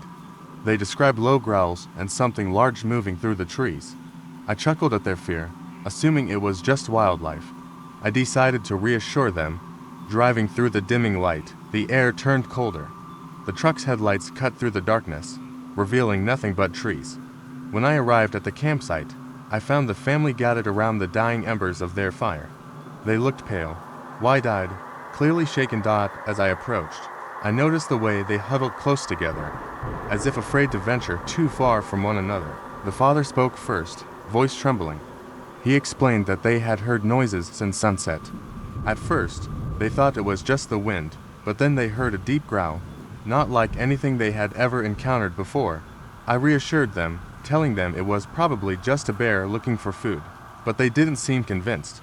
I suggested we take a quick look around the perimeter of their campsite. After all, there were no other rangers in the area, and I wanted to make sure they felt safe. Armed with flashlights, we fanned out, scanning the tree line. As we walked, the sound of rustling leaves filled the air. The family kept close, and I could feel their unease. My flashlight flickered as we ventured deeper into the woods, illuminating the dense underbrush. I suddenly heard a low growl echoing through the trees, a sound that sent chills down my spine. I turned to the family, ready to tell them to stay calm, but the look of terror on their faces said everything. Just then, the growl turned into a high-pitched shriek, echoing through the night. My instincts kicked in, and I urged the family to retreat to their campsite. As we hurried back, I heard something crashing through the woods behind us. My heart raced as I shone my flashlight into the dark, desperate to see what was pursuing us. A flicker of movement caught my eye, but when I turned, nothing was there. The family was ahead of me, and I called out for them to keep moving. We reached the safety of their campsite, panting heavily. The father hurriedly stoked the fire, and I scanned the tree line for any signs of movement. There was nothing, just the wind whispering through the branches. The family settled back around the fire, still trembling. I could feel the fear hanging in the air, thick and tangible. I told them I would stay the night, ensuring they were safe. As the hours passed, the sounds of the forest settled into a haunting silence. We shared ghost stories to keep the mood light, but every rustle in the trees made us jump. At one point, the father suggested we check the perimeter again. I hesitated, but we agreed it was best to know if whatever was out there was still watching us. Equipped with our flashlights once more, we crept back toward the tree line. The air was heavy, and the night felt alive with anticipation. Suddenly, the high-pitched shriek rang out again, piercing the silence like a knife. I felt the hairs on my neck stand on end. We turned and ran back to the campsite, fear propelling us forward. But as we reached the clearing, the family froze, and I skidded to a halt behind them. There, in front of the tent, stood a tall figure, backlit by the glow of our fire. It was a park ranger, wearing a uniform eerily similar to mine, but something was off. His face was pale, eyes sunken, and his lips curled into a grotesque smile. I stepped forward, confusion flooding my mind. But before I could say anything, the figure raised his hand and pointed towards the forest. In a voice that sent chills through my bones, he whispered, "You shouldn't have come here." The family screamed, and I felt a rush of panic. I turned to look back at the figure, but he had vanished, leaving only the echoes of his words hanging in the air. The family and I huddled together, trying to make sense of what we had seen. Knowing we had to leave the woods behind, we packed up quickly and fled, the night feeling colder and darker than before. As we drove away, I couldn't shake the feeling that whatever we had encountered was not done with us yet. Sometimes, when I close my eyes, I still hear that figure's chilling voice and wonder who or what was truly watching us in those woods. As a park ranger, I've spent countless nights alone in the deep woods, but nothing prepared me for that Halloween weekend. The air was thick with an eerie silence as I patrolled the trails, the trees standing like dark sentinels under the moonlight. Most campers had left for the season, leaving only a handful of brave souls to brave the chill. I didn't mind. The quiet was almost comforting, That evening, I received a radio call from a family camping in the more isolated part of the park. They were having a Halloween-themed campfire and invited me to join. I was hesitant, but agreed, thinking it would be good to check on them. I set out, flashlight in hand, making my way through the winding trails. The moon was a mere sliver in the sky, casting unsettling shadows that danced around me.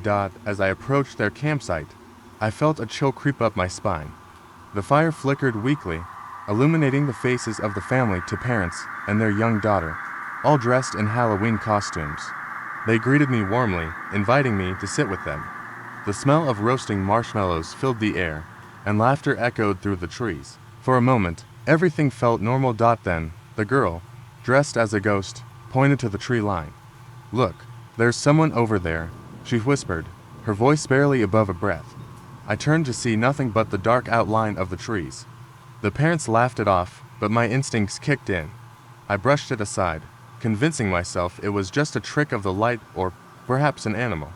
But as I settled in, unease settled in my stomach. The night wore on, and the girl continued to glance nervously toward the woods. She kept insisting there was someone watching us. The adults dismissed her claims, but I felt a prickle of fear. Just then, a loud rustle erupted from the bushes. My heart raced as I scanned the tree line with my flashlight, its beam trembling. The parents jumped to their feet, trying to reassure their daughter. But as I stood, a figure emerged from the shadows, a tall silhouette.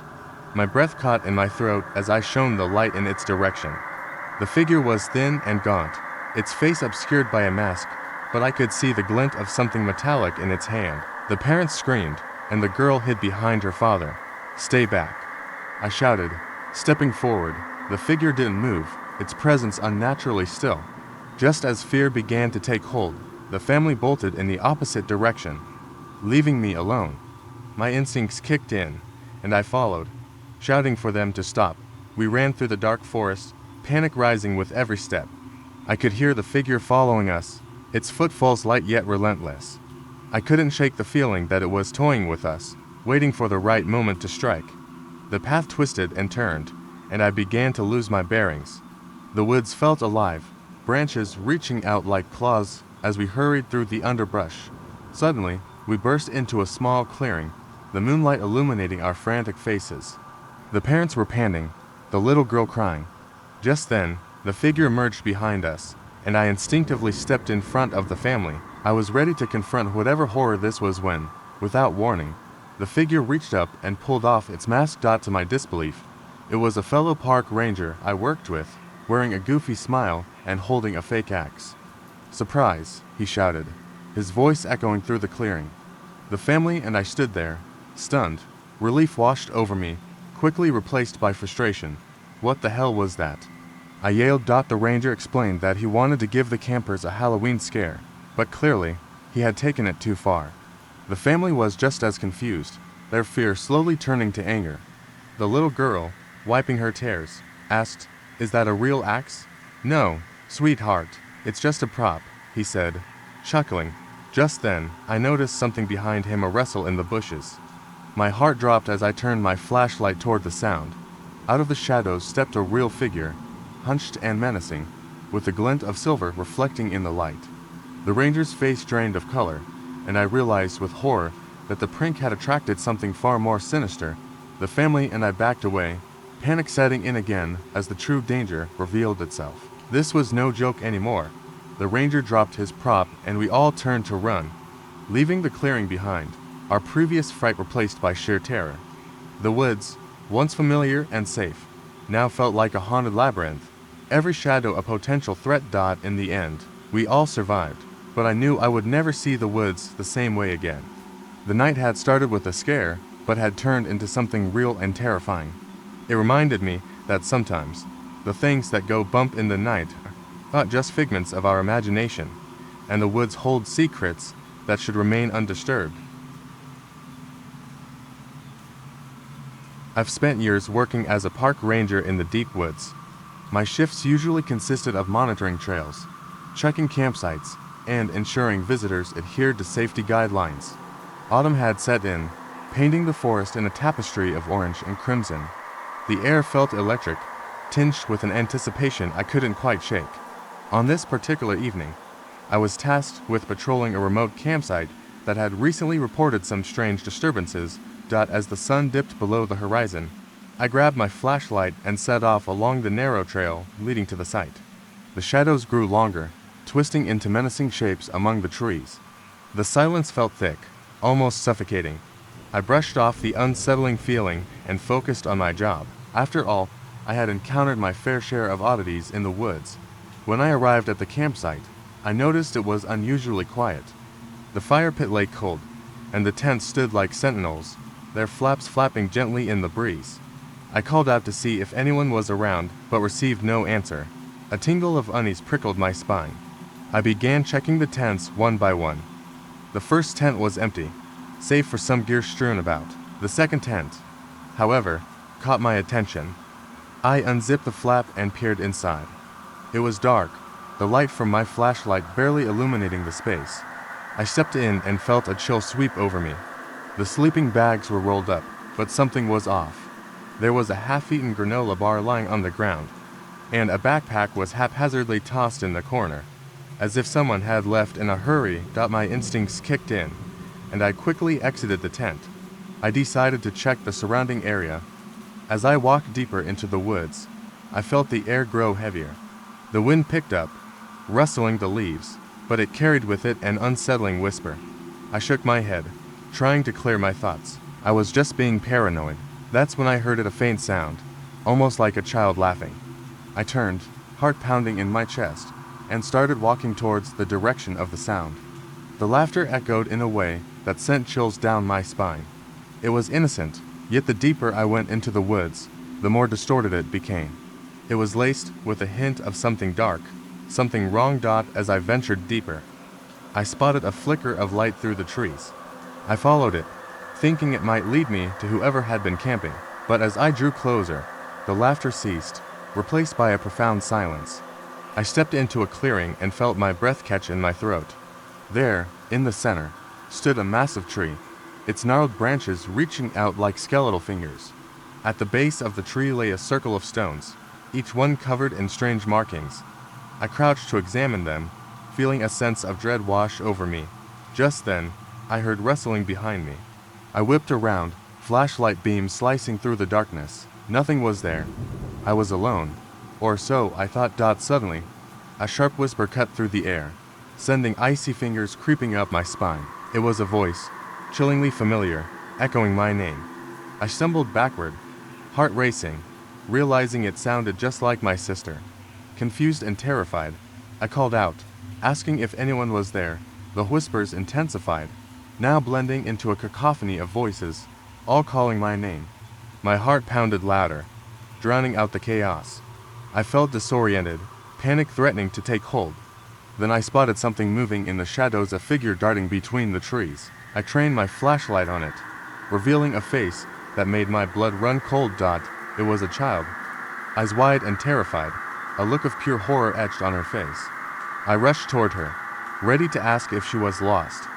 But as I reached her, she opened her mouth, and an unearthly scream erupted from her. The sound shattered the night, reverberating in my chest. I stumbled backward, realizing the child's face was not just frightened, but twisted, warped into something inhuman. I turned to run, but felt a tug on my shirt, yanking me back. I looked down to see skeletal hands emerging from the ground, grasping at me. I screamed and broke free, sprinting back toward the trail, adrenaline coursing through my veins. When I finally reached the safety of my vehicle, I locked the doors, heart racing, hands trembling. I looked back at the woods, expecting to see something, anything, but there was nothing. The eerie laughter had returned, ringing in my ears, echoing my deepest fears. That night, I didn't sleep. I sat in my truck, shaken, the forest looming dark and silent around me. As dawn broke, I vowed never to return to that spot, never to speak of it again. I thought about the child I saw, and the sinister whispers that echoed through the trees. I knew one thing for certain: the woods were alive with secrets, and some truths were best left buried. As a park ranger, I've spent countless nights in the deep woods, patrolling the trails and ensuring the safety of campers. I thought I'd seen it all until one autumn evening, when everything changed. It was late October, and the air was crisp with the promise of an early frost. The sun dipped below the horizon, casting long shadows through the trees. I was on my usual patrol route when I noticed something strange, a flickering light deep within the forest. I dismissed it at first, thinking it was just a camper trying to set up their fire. But something about the light felt off. It wasn't steady like a campfire. It danced erratically, almost like it was alive. Curiosity got the better of me. I hiked toward the light, my boots crunching on the fallen leaves. As I drew closer, I heard laughter, high-pitched and disjointed, echoing through the trees. It sent a shiver down my spine. The laughter was not the joyful sound of campers enjoying themselves. It felt sinister, mocking. I hesitated, torn between my duty to investigate and the instinct to turn back.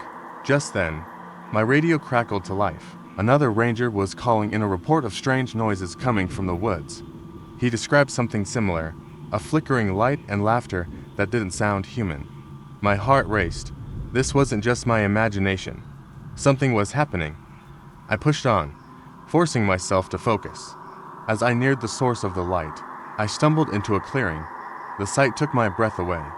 In the center stood a large bonfire, flames leaping high into the night sky. Around it danced a group of figures, their movements jerky and erratic. They wore ragged clothes and masks made of twigs and leaves, their faces obscured. They twisted and spun, their laughter growing louder, filling the air with a chaotic energy. Frozen in place. I watched as they danced around the fire. My instincts screamed at me to run, but I forced myself to stay quiet. I needed to gather information. Suddenly, one of them turned, and for a brief moment, our eyes met. Its gaze pierced through me, and I felt a chill seep into my bones. In that instant, I realized they weren't human. As if sensing my fear, the group stopped dancing and turned to face me. The leader stepped forward, its mask peeling back to reveal a face that was not a face at all, just a smooth, featureless surface where eyes and mouth should be. I stumbled back, my heart pounding as I turned to flee. I ran through the forest, branches snagging at my clothes, the laughter of the figures echoing behind me, taunting. I raced back toward my truck, my lungs burning. I could still hear them behind me, their laughter morphing into a cacophony of whispers, chanting my name. It felt like they were calling me, urging me to join their twisted celebration. I reached my truck, fumbled with the keys, and slammed the door shut. I locked it, trembling as I glanced back at the dark woods. Just as I started the engine, I saw movement in the rearview mirror. One of the figures was standing at the edge of the clearing, staring at me, its head cocked to one side. I peeled out of the parking lot, my heart racing, adrenaline coursing through my veins. I had never driven so fast down those narrow, winding roads. Finally, I reached the ranger station. I burst through the doors, breathless, and tried to explain what I had seen. But the other rangers dismissed my fears. They insisted it was likely a group of pranksters or local kids playing tricks. They laughed it off, saying I was just spooked by the dark, but I knew what I had seen. I decided to take a group back with me to the clearing, determined to prove I wasn't imagining things. We hiked back to the spot, but the fire was gone. The clearing was empty, devoid of any sign of life. The laughter had ceased, leaving only an eerie silence in its wake. We searched the area, but there was nothing, no tracks, no burned logs, just the whispering wind through the trees. As we started to leave, I caught a glimpse of something out of the corner of my eye, an old, gnarled tree with a deep hollow in its trunk. I approached it, feeling a strange pull. Inside the hollow was a collection of masks, just like the ones I had seen that night. Each mask was crafted from twisted branches and leaves, eerily familiar. It struck me then I had not escaped them at all. They had wanted me to see, to witness their world. I had thought I was the one investigating, but I was merely a visitor in their realm. As we left the clearing, I felt a chilling realization settle in. They were still watching, still waiting, and the forest held secrets that would never be unearthed. As a park ranger, I've spent countless nights patrolling the deep woods. The stars overhead shine brightly, casting an ethereal glow on the forest floor, but there are times when that beauty feels sinister. One October night, my shift began like any other, but it quickly turned into a nightmare. I was out on the usual trail, checking campsites and making sure everything was in order. The air was crisp, and the wind whispered through the trees, sending chills down my spine. I had just finished my rounds when I got a call on the radio from a couple camping a few miles deeper in the woods. They reported strange noises outside their tent, things that sounded like whispers and shuffling feet. I told them I would head over immediately, assuring them it was probably just the Wyandotte. As I hiked through the dense underbrush, unease settled in my stomach. The noises they described didn't sit well with me. I picked up my pace, the beam of my flashlight cutting through the darkness, revealing the gnarled roots and thick brush. The deeper I went, the darker it became. My flashlight flickered intermittently, and I mentally cursed the batteries. Finally, I reached the couple's campsite. Their tent was pitched, but eerily quiet. I called out to them, but there was no response. I approached the tent and carefully unzipped it, peering inside. It was empty. Sleeping bags were still rolled up, their belongings neatly stowed, but they were nowhere to be found. My heart raced. I stepped back, scanning the surrounding area for any signs of struggle or distress. That's when I heard it, a low growl, reverberating through the trees. I felt it in my bones, a primal sound that struck fear into my heart. I quickly turned, shining my flashlight in every direction. The forest was still, but I could feel eyes watching me from the shadows. I radioed for backup, trying to keep my voice steady, but I could hear the tremor creeping in Dot as I turned to leave. Something caught my eye, a flicker of movement behind a nearby tree. I shined my flashlight toward it. A figure stood there, half hidden in the shadows. It looked like a man, but was unnaturally thin, almost emaciated. His skin glimmered in the flashlight's beam, pale and sickly. He held a hand up as if trying to shield himself from the light. But what struck me were his eyes. They were wide and wild, filled with an unsettling mix of fear and hunger. I stumbled back, my breath quickening as I fought the urge to scream. The man stepped forward, and I could see he was not quite right. His movements were jerky, like a puppet on strings. Panic surged through me. I turned and ran, my heart pounding in my chest, the growl still echoing behind me. I darted through the trees, branches scratching at my arms and face. I didn't stop to look back, driven by instinct. The forest seemed to stretch endlessly, every shadow morphing into something sinister. I finally reached the main path and sprinted toward my truck, fumbling with my keys as I desperately tried to get the engine to start. Just as I pulled away, I caught a glimpse of something in my rearview mirror. The figure stood at the edge of the forest, illuminated by my headlights. But as I drove away, my pulse racing, I realized I hadn't seen him alone. I had glimpsed the couple huddled behind him, their eyes wide with terror, as if they were under some kind of spell. I returned to the ranger station and reported everything. We launched a search team back into the woods, but when we arrived, there was no sign of the couple. The area was as quiet as it had been when I first found the tent. The park was deemed safe, but I knew what I had seen. The ranger community brushed it off as a story, a figment of my imagination after being out in the woods too long. Years later, I still hear whispers when the wind howls through the trees. I've moved on, taking a different job away from the woods, but something lingers in my mind. I wonder if the couple ever made it out. Or perhaps they are still there, trapped in that darkness, forever watching the woods for the next park ranger who dares to venture too close.